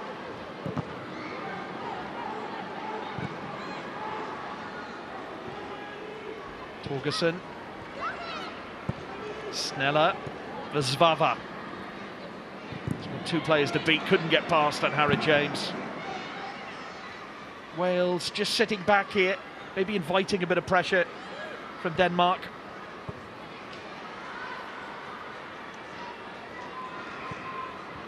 And the attacking has been relentless again, Hasbo. Nice ball to Thompson. Goal kick. And Gemma Evans there with a sliding interception. She does enjoy a slide tackle to Gemma Evans, but 99 times out of 100 the timing is absolutely perfect, and it was again this time. Just see then it flicks off Thompson. You've got to get the timing right in those areas, obviously in the box, because if you don't, you're in big trouble. Well, the goalkeeper Ostergaard is receiving treatment here. She's down. Sorry, Olivia Clark is the one receiving treatment, and it does give Wales the opportunity to speak with Rhian Wilkinson. And I've noticed that Jess Fishlock has been part of these pitch-side discussions as well. Yeah, I think it's a tactic now that's very well employed by most teams in most games, to be totally honest. Just gives an opportunity when the keeper goes down, because obviously they can't be substituted off, just to regroup, refocus. Well, that's how the game started. The goal from Brunn, but Kerry Holland bringing Wales back into it. And that's how the game stands at the moment, Gwen, and 1-1. And Olivia Clark, not Ostergaard, but Olivia Clark is back on her feet. As anticipated. I got to be honest, it's actually something that I don't enjoy seeing, that the keeper's going down. Just, I mean, if it plays to Wales' favour, then I'll eat all my words and take them back. Newcastle's Lois Joel, Gwenan. Seen her a few times in the Wilkinson regime so far. Yeah, started the last game, didn't she? But just couldn't quite get into the game, maybe have the impact that she would have liked to. Hopefully she'll be able to get into areas. And the other change sees Harry James come off. And Rachel Rowe is the player who's replaced by Joel, but with James off, it's Alice Griffiths of Southampton. It's really put in some fine performances under Wilkinson, in fact, Alice Griffiths. And you'll notice the captain's armband, Gwenan, going to Hayley Ladd. Yeah, going back to Alice Griffiths out in Ireland, in Dublin, I thought she was outstanding in that game. She was instrumental in that physical performance by Wales. Clark back on her feet and looking for Holland, who wins the header. Sneller beaten by Griffiths. Jones, who returns to Sweden on Tuesday. She plays her domestic football there, Carrie Jones. On the free kick. That's brilliant work. You know, you've got two players around. You just have to be able to have the strength to hold the ball up, win something.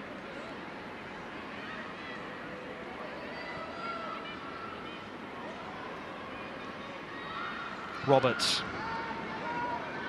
Green.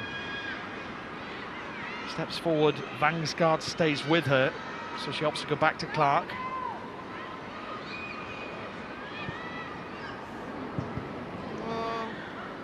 It's a sloppy ball, and it's Vava looking to get in behind, but Olivia Clark was up to the task. And good sportsmanship to check her teammates okay, but Zvava was in there. Yeah, well, if it wasn't for actually Josie Green using her body superbly well to shield Zvava so that Olivia Clark can come out and collect the ball. She just takes one look in the back of her. She takes one in the back of her left knee. She's already got strapping on it, and then Olivia Clark actually climbs to the front of her knee as well. But she's straight back up.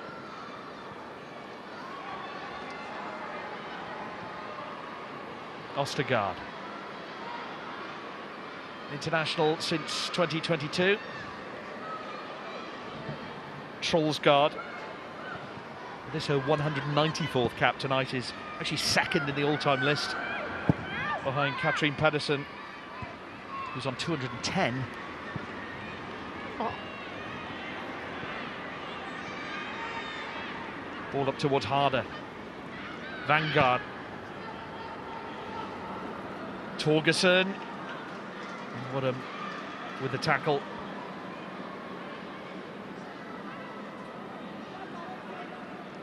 Well, they've had to put up with sustained periods of pressure from Denmark-Wales.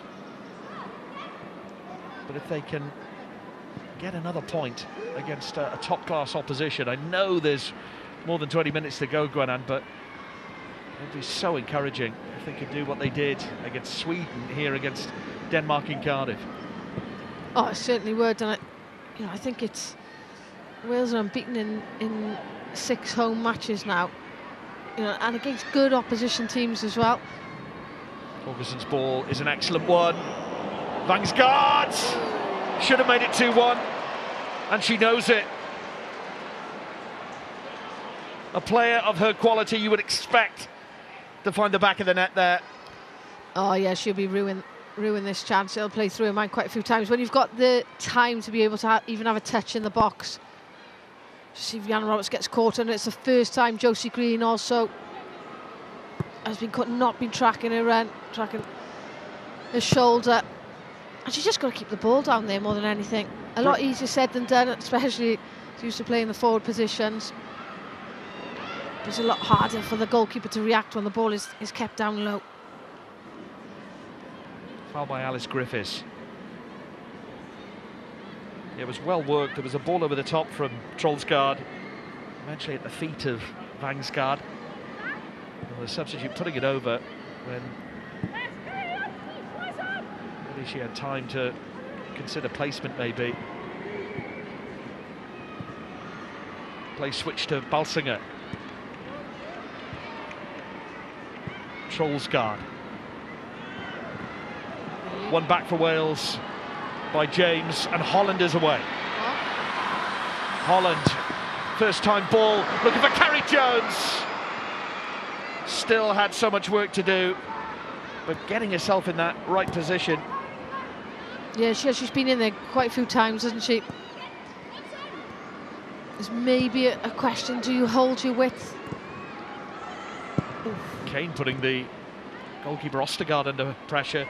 That's an excellent first touch from Thompson. It runs straight into Woodham. Holland, Woodham. Rhiannon Roberts. Ladd on the turn. Oh, what a shame. There were options in front of her. And now Vangsgaard brings it away.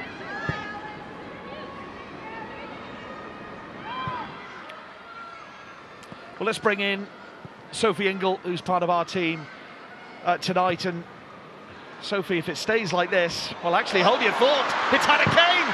Kane for 2-1. Oh, good save from Ostergaard. Well, that was a splendid opportunity for Wales to take the lead. Well, it was a ball over the top. We'll get Sophie Ingle's thoughts on that in just a moment. But it's Denmark responding. It's Vangsgaard, 2-1. From one end to the pitch to the other, Denmark turned defence into attack, and it's 2-1. Wales so close to taking the lead, and now they find themselves behind. Yeah, well, she was making no mistake with that one, was she's just waiting for Olivia Clark to come out and then just slips it. Good finish, slips it through the legs. Again, Wales will be really disappointed, especially to be played through the middle, and especially as they just had an opportunity to actually take the lead themselves. Well, it was a composed finish this time. We saw Vangsgaard waste the opportunity as we go back to the earlier chance. She does well, Hanneke. She takes that first touch, and it's at a height which is quite difficult. She uses her thigh to get it out in front of her, but then if you watch, she goes for power rather than placement, and it's quite an easy save then for Ostergaard. Credit where it's due, she's hitting the target, but you're expecting better at international level, and Wales have been punished for it. A tale of two one-on-ones, and it was Vangsgaard who converted hers. But Jones trying to make inroads into that Danish defence. And you know, Gwenna, I was about to say to Sophie, and I'm sure we will speak to Sophie in due course, but at 1-1 you'd certainly take this, but it's all changed again now. Oh, most certainly. Yeah, when you think about the rankings, you know, Denmark's 12th in the world compared to Wales at 30th, and their history and tradition, 5 World Cup appearances, 11 Euros. You know, they're a big name within the, and got a big tradition within women's football. So to be holding them at 1-1, yes, we are developing nation, but they are a good team. But they've just shown, you know, what you need at the highest level, which is to be ruthless and take your chances. Holland standing over it, Woodham too. Wales need a second equaliser to lift this crowd. The Polish referee taking her time to blow the whistle here. Lots of pushing and shoving inside that penalty area. It's Holland. Is it too close to the keeper? Well, it's headed away, and the decision goes Denmark's way. Well, it was a packed penalty area, and the keeper was surrounded. You can hear what the crowd think of that. That was a really good delivery, actually, from Kerry Holland. I think it's a really soft decision as well. You can see again by the reaction, you tend to know by the reactions of players when they're asking for things, or they're frustrated with certain, when you've got more than one appealing, tends to paint a picture. And Ostergaard will take the free kick.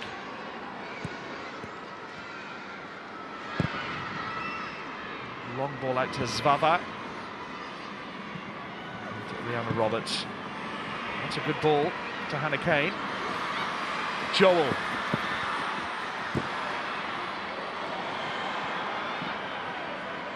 Asbo just protecting that ball. It's not got the legs to run out for a goal kick. Well, let's hear from Sophie Ingle. We did promise you Sophie Ingle, and Sophie is pitchside for us, and my word, what a passage of play that was, Sophie, but what a sickener for Wales to go behind. Yeah, at this level, that's where the clinicalness comes in, and as you can see, we should score that goal. It's a great ball over the top, and Hannah's in there. She just takes her touch a little bit wide. She waits for it to come down, and you know, probably gives the keeper a chance, and then 20 seconds later they're the other end in our defensive third, and exactly the same through ball, and they score the goal. Well, let's hope that Wales can take advantage of this corner kick. Woodham to take. And committing bodies into that box, and Lois Joel standing on the foot of Ostergaard there. I think the referee is just saying, look, get on with it. But she's taken that position, Joel, right in front of the goalkeeper. And you can see a few red shirts on the back post as well. Among them Ladd and Green and Gemma Evans. Delivery towards Evans. Keeper did well. Really crowded penalty area, and got a punch on it. Yeah, and a big punch as well. Away, out of the danger area, good distance. Which actually gets quite a clean run on it. Which is surprising given the amount of bodies that were in the area. Well, had Wales scored that goal to make it 2-1. Who would have betted against Wales from winning this game? But all change in a matter of seconds. And full credit to Vangsgaard with a, as Sophie Ingle put it, a clinical finish. Holland. Ball for Kane to attack. Falls for Joel. No, she did well. That was Joel just to get to the second ball, but I'm not sure if she's just trying to punch it back in, if I'm honest. Just doesn't quite get the connection on it.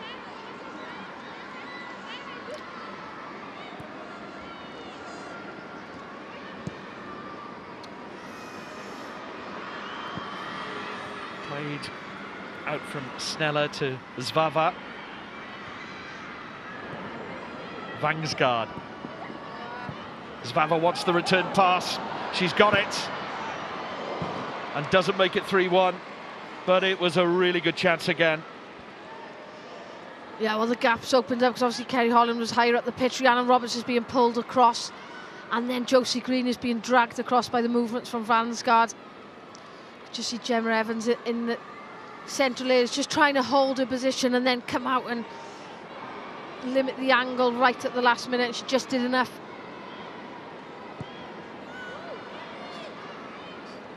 Clark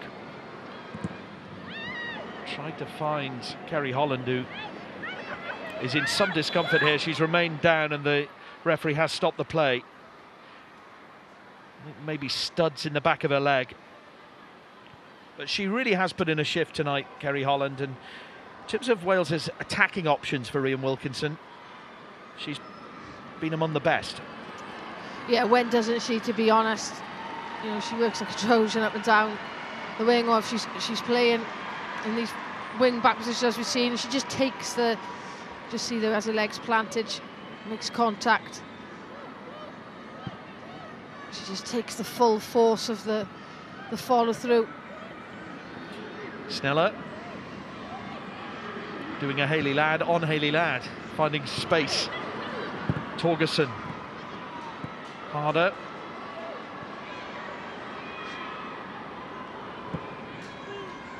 Svava just about helping it on its way.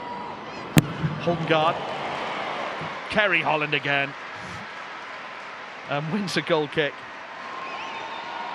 Yeah, crunching tackle. As we said, just works so hard up and down, but she really enjoys the physical battle.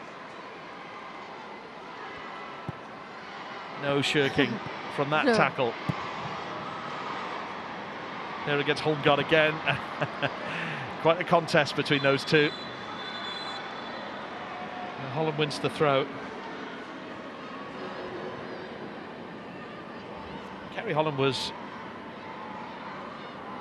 a big character in both the playoff games, both the playoff ties, I should say, because they were two-legged, weren't they? No doubt will be in Switzerland as well. Joel. The through ball for Hannah Kane.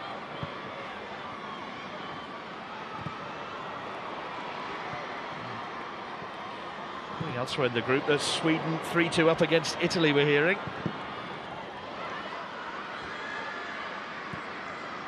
In fact, we've just heard that Sweden have beaten Italy, Gwenan, by 3-2.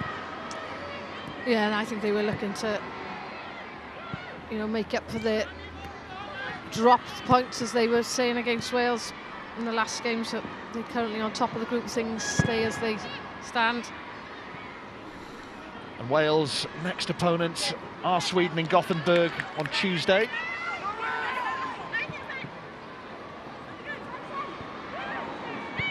And so far, Wales the only team to take anything from Sweden in this group. Can Wales get something tonight? Vangsgaard, who got that second goal. Nice ball to Thompson. Sneller. Former West Ham player. Bolsinger. Holmgard.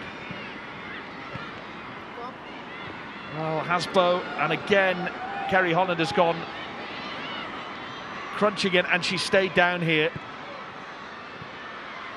Well, hopefully she is okay. Wales are continuing to play. And you'll see at the top of your screen there that Kerry Holland is still down, but here's Jones.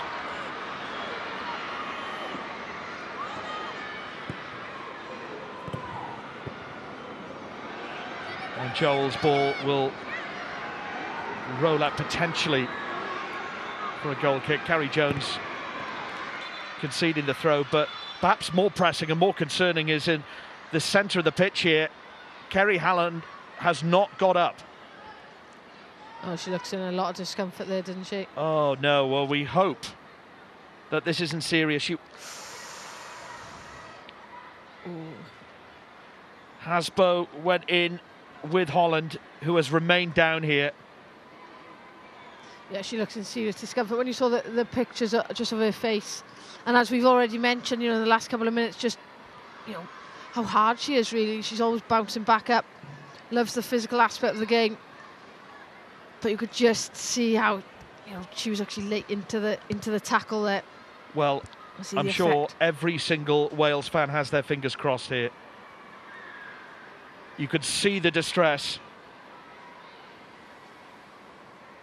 And those supporters will be very, very concerned here.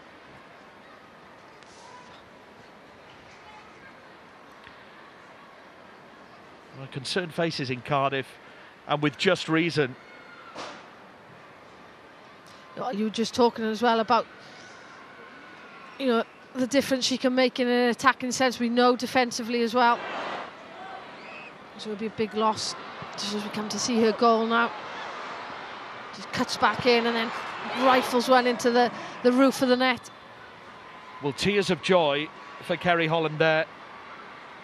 Maybe see Vangsgaard's second for Denmark, but I have to say tears for pain. Oh, this is heartbreaking to watch.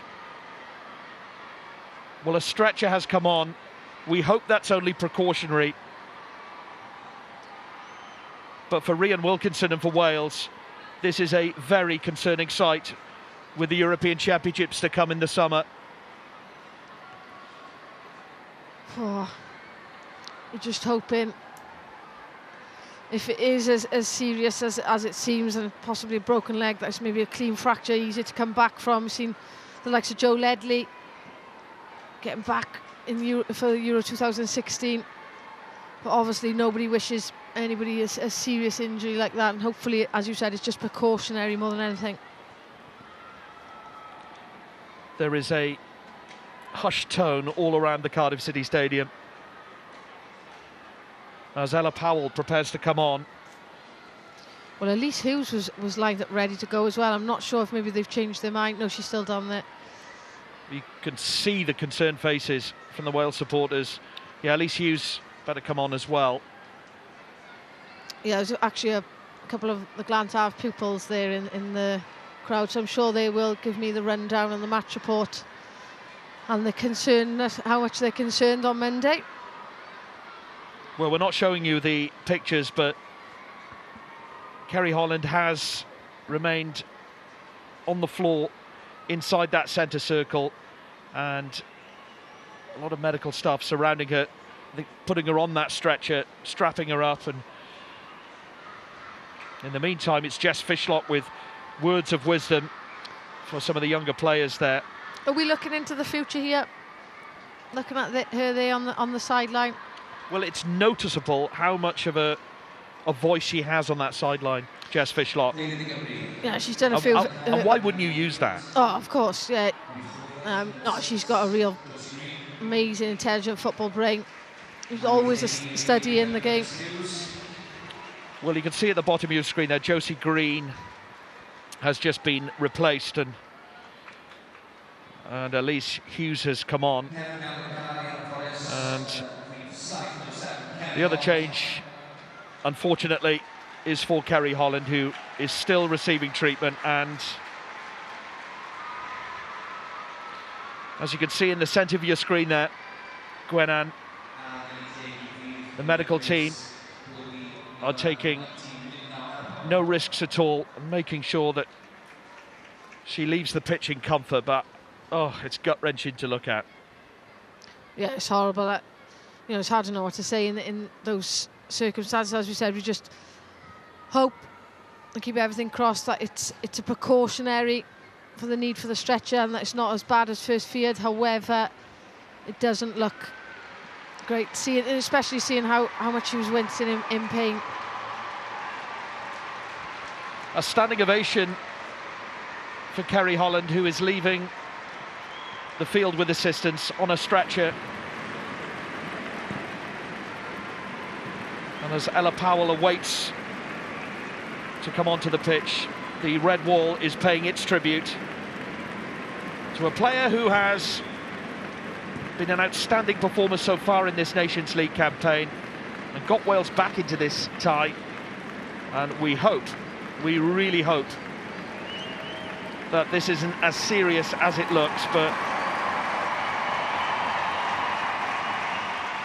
well, it's an emotional response and you can understand why. Yeah, most certainly, but I'm hoping that she'll take a little bit of comfort in the support she's having going off the pitch. Applause from Ella Powell.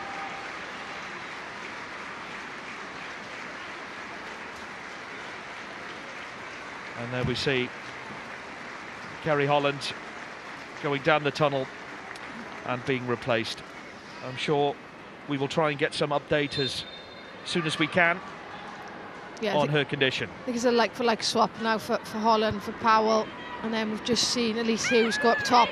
Lois Joel just dropping into a more deeper position as she competes there in centre midfield, and then Hayley Ladd dropping back into defence in the absence of Josie Green. Well, that was always the fear, wasn't it, with the Euros around the corner, that a key player could miss out with injury. We certainly hope that's not the case with Kerry Holland. In the meantime, Wales will have ample added time at least to try and get back into this one. But it has sort of sucked the life out of this crowd almost, the energy out of it, you feel, Gwenan. Yeah, I think I'd have to agree with you there. You know, it's never nice, is it? People don't know how to react either. Just hope Wales can give them something to lift the spirits again. Here's Hughes. In towards Lily Woodham.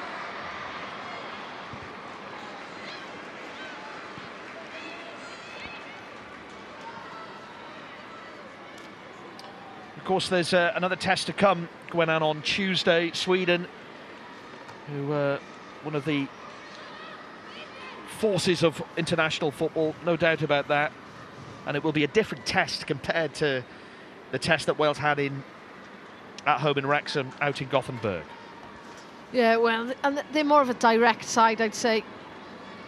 We saw that on occasions, actually, up in Wrexham. And as we know, Wales rode their luck, stayed in the game, and frustrated Sweden as well. Ball goes back to Ostergaard. Looking back to that Sweden performance, you know, they only actually had one shot on target. 10 minutes added on, largely due to that Kerry Holland injury. Griffiths.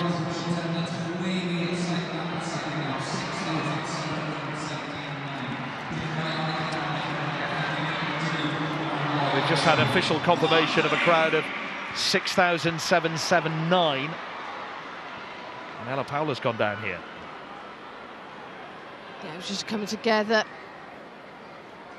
See how she lands as well. She's also got tape around her knees, top of her quads.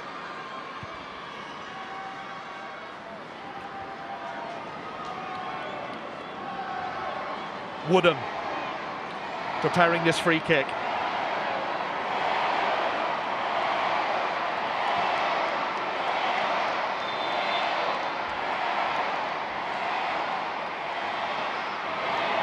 Floated delivery from Woodham. And almost every single red shirt near that Danish penalty area. Hughes played the ball through to Carrie Jones. And the snapshot from Kane. It was Joel. Well, it was similar to the Hannah Kane effort in the first half, and it was just falling in front of her and she just pulled the trigger, leaning over. She just cuts across it slightly there, doesn't she? But the technique's good, body over the ball. In those areas, can you test, can you work the goalkeeper, can you keep it on target at least? And then as we've seen already, 2 deflections in this game. You never know. Griffiths picking up the ball and playing it to Evans. Woodham, good first touch. Griffiths, options. And the deflected pass goes back to Hayley Ladd. If you have just joined us, by the way, incidentally, on BBC One Wales, and you're wondering why there is 10 minutes of added time, it is because of what looked like a serious injury to Kerry Holland.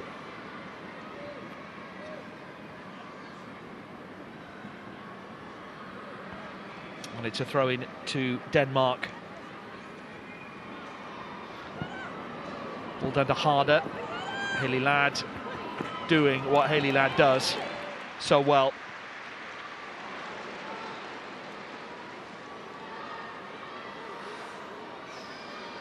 Still time for a goal in this game, Gwenan, for Wales. Oh, more than enough. We've seen the difference in 20 seconds with the Denmark second goal. Could have been a different story had Hannah Kane taken that chance. So they've got to just keep believing.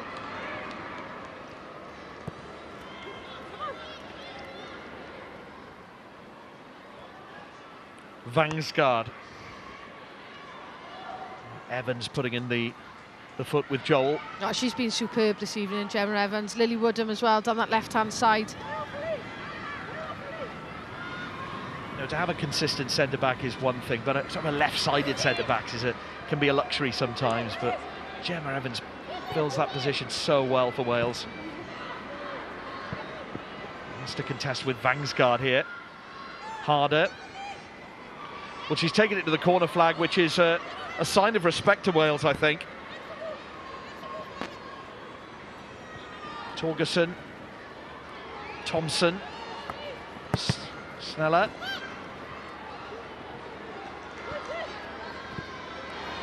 Torgerson. Thompson. And Evans again, just making sure she's cornered by that flag, and it goes out for a throw. Yeah, I completely agree with you there, Simon, in terms of Denmark just showing maybe that respect to Wales in terms of how important these 3 points are. Close the game is, still at this scoreline, you never know what can happen. So forget that the top 2 in the group will stay in the group. Whereas the bottom 2 then, 3rd place will play a playoff against the runner-up in Group B, and 4th place automatically relegated. So, the points are really important to them. I think Denmark were anticipating the offside flag against Vangsgaard.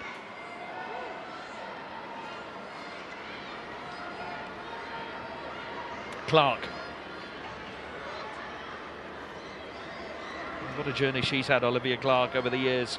Bristol City, Coventry, started all those years ago at Boston. Griffiths will go up for the header. Bounce favourably. The challenge from Holmgaard.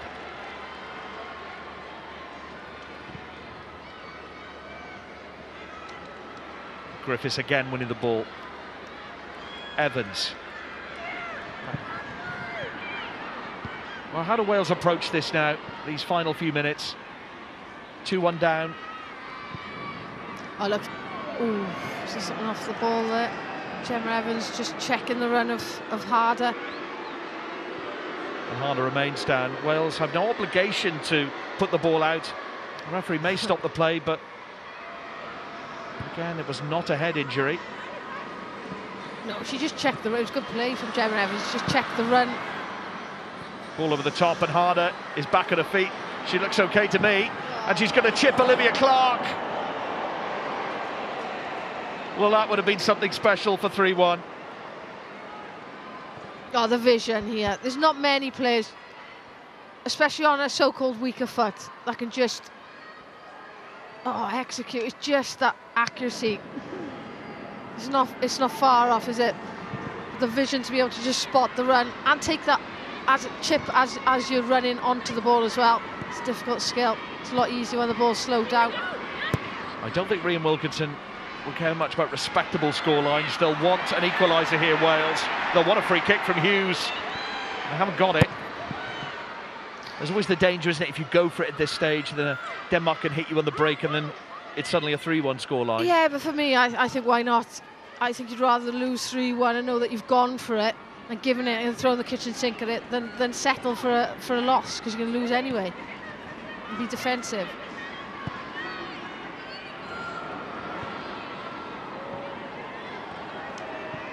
Jones to Powell. Roberts steps forward. Luckily, it may bounce favourably for Powell, but it has gone out for a throw. And time is running out at the Cardiff City Stadium.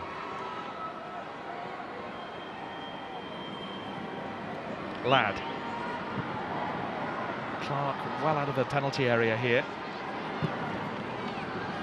Could have been so different had Hannah Kane perhaps converted that one-on-one, and Wales would have been 2-1 up and may have been tempted to shut up shop maybe, but as it is Denmark who lead. Gemma Evans safely back to Olivia Clark. It's those sliding doors moments sometimes, Gwenan. Most certainly, yes.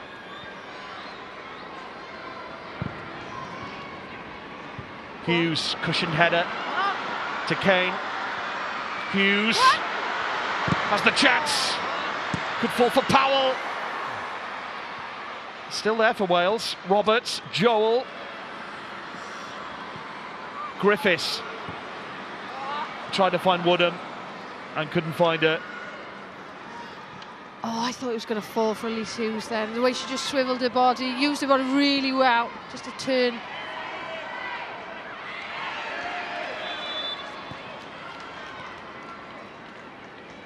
Just as Thompson did as well, to be fair. Manipulated the ball really, really well, used her body. Just see, yeah, she's just being held behind, and she clever play from Thompson. Into the last minute.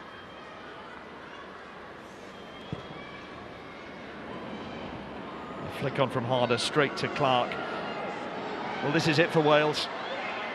Need to get the ball down the other end of the pitch if they're to get anything from this game.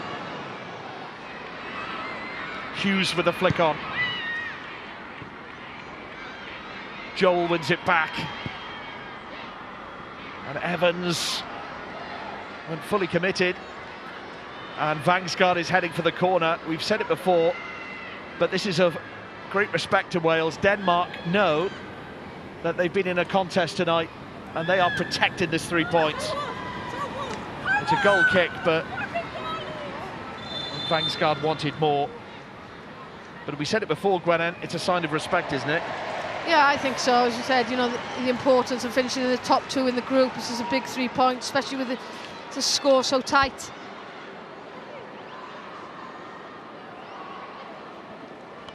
And you see Vangsgaard was booked for a protest.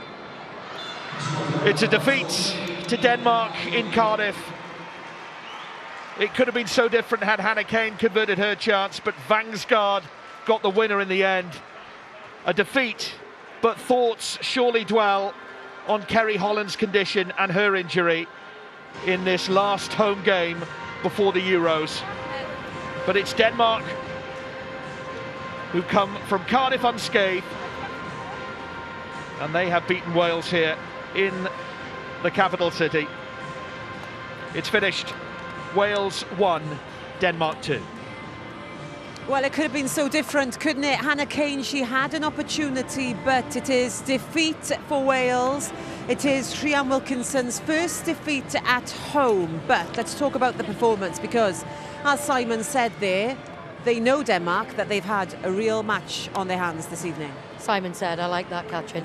Yeah, and do you know what? I was just reflecting now, and it's so easy for us to be negative because we did have a chance to take the lead, and the nature of how quickly they punished us for that miss.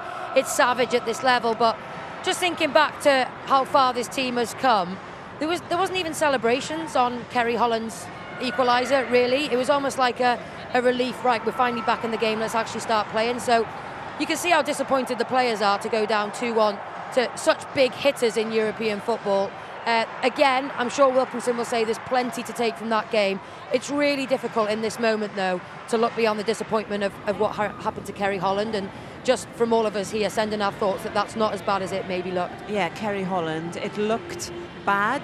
Obviously, we can't speculate, but we have got everything crossed for her, haven't we, Sophie? Yeah, she's such a key player for us right now. I think she's on the trajectory of like being really strong and always going to be a starter. And yet it didn't look nice. It was contact. I couldn't really see a twist or anything. So sometimes it's better if it is just straight contact. But yeah, the fact that she was, you know, quite upset and stayed down, it's not like her. She normally gets up pretty much straight away. Yeah, we are wishing her all the best. We will bring you an update when we get it. I asked you before the match what would be a good result, considering 18 months ago we were stood here and they had lost 5-1. You said to me, actually, 2-1 Denmark. That wouldn't be a bad result.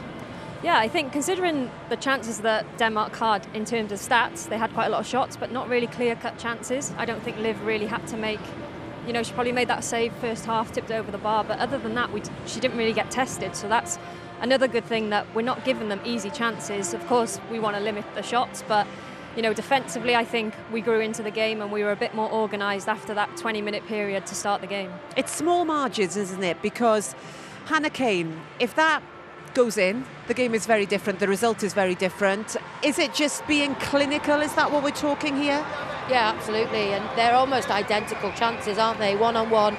I know I've never really played centre-forward for Wales, maybe once or twice, and it didn't end up in many goals, but you almost can see that she's overthinking the chance. She's been starved of any type of service like that, and she's thinking about it. You can see her now, she's ruined that missed opportunity. It's weighing heavy on her, it always will as strikers, but she's just waiting for it to come down. It's so straight. If you look at Vansgaard's chance, she actually takes a little touch so that she's got an angle to finish it off under the goalkeeper, but that's the difference between the two sides.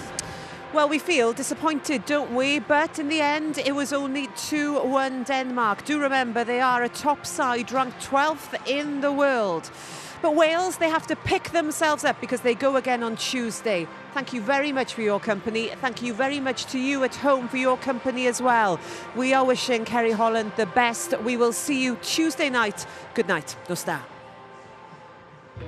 Well, it's a sun-drenched night in Cardiff and another top-seeded test for Wales in the Nations League. Oh, and it's in! Brunt just swung that left foot. Roberts. Holland. Kerry Holland! It's Hannah Kane for 2-1! Oh. From one end to the pitch to the other. Denmark turned defence into attack.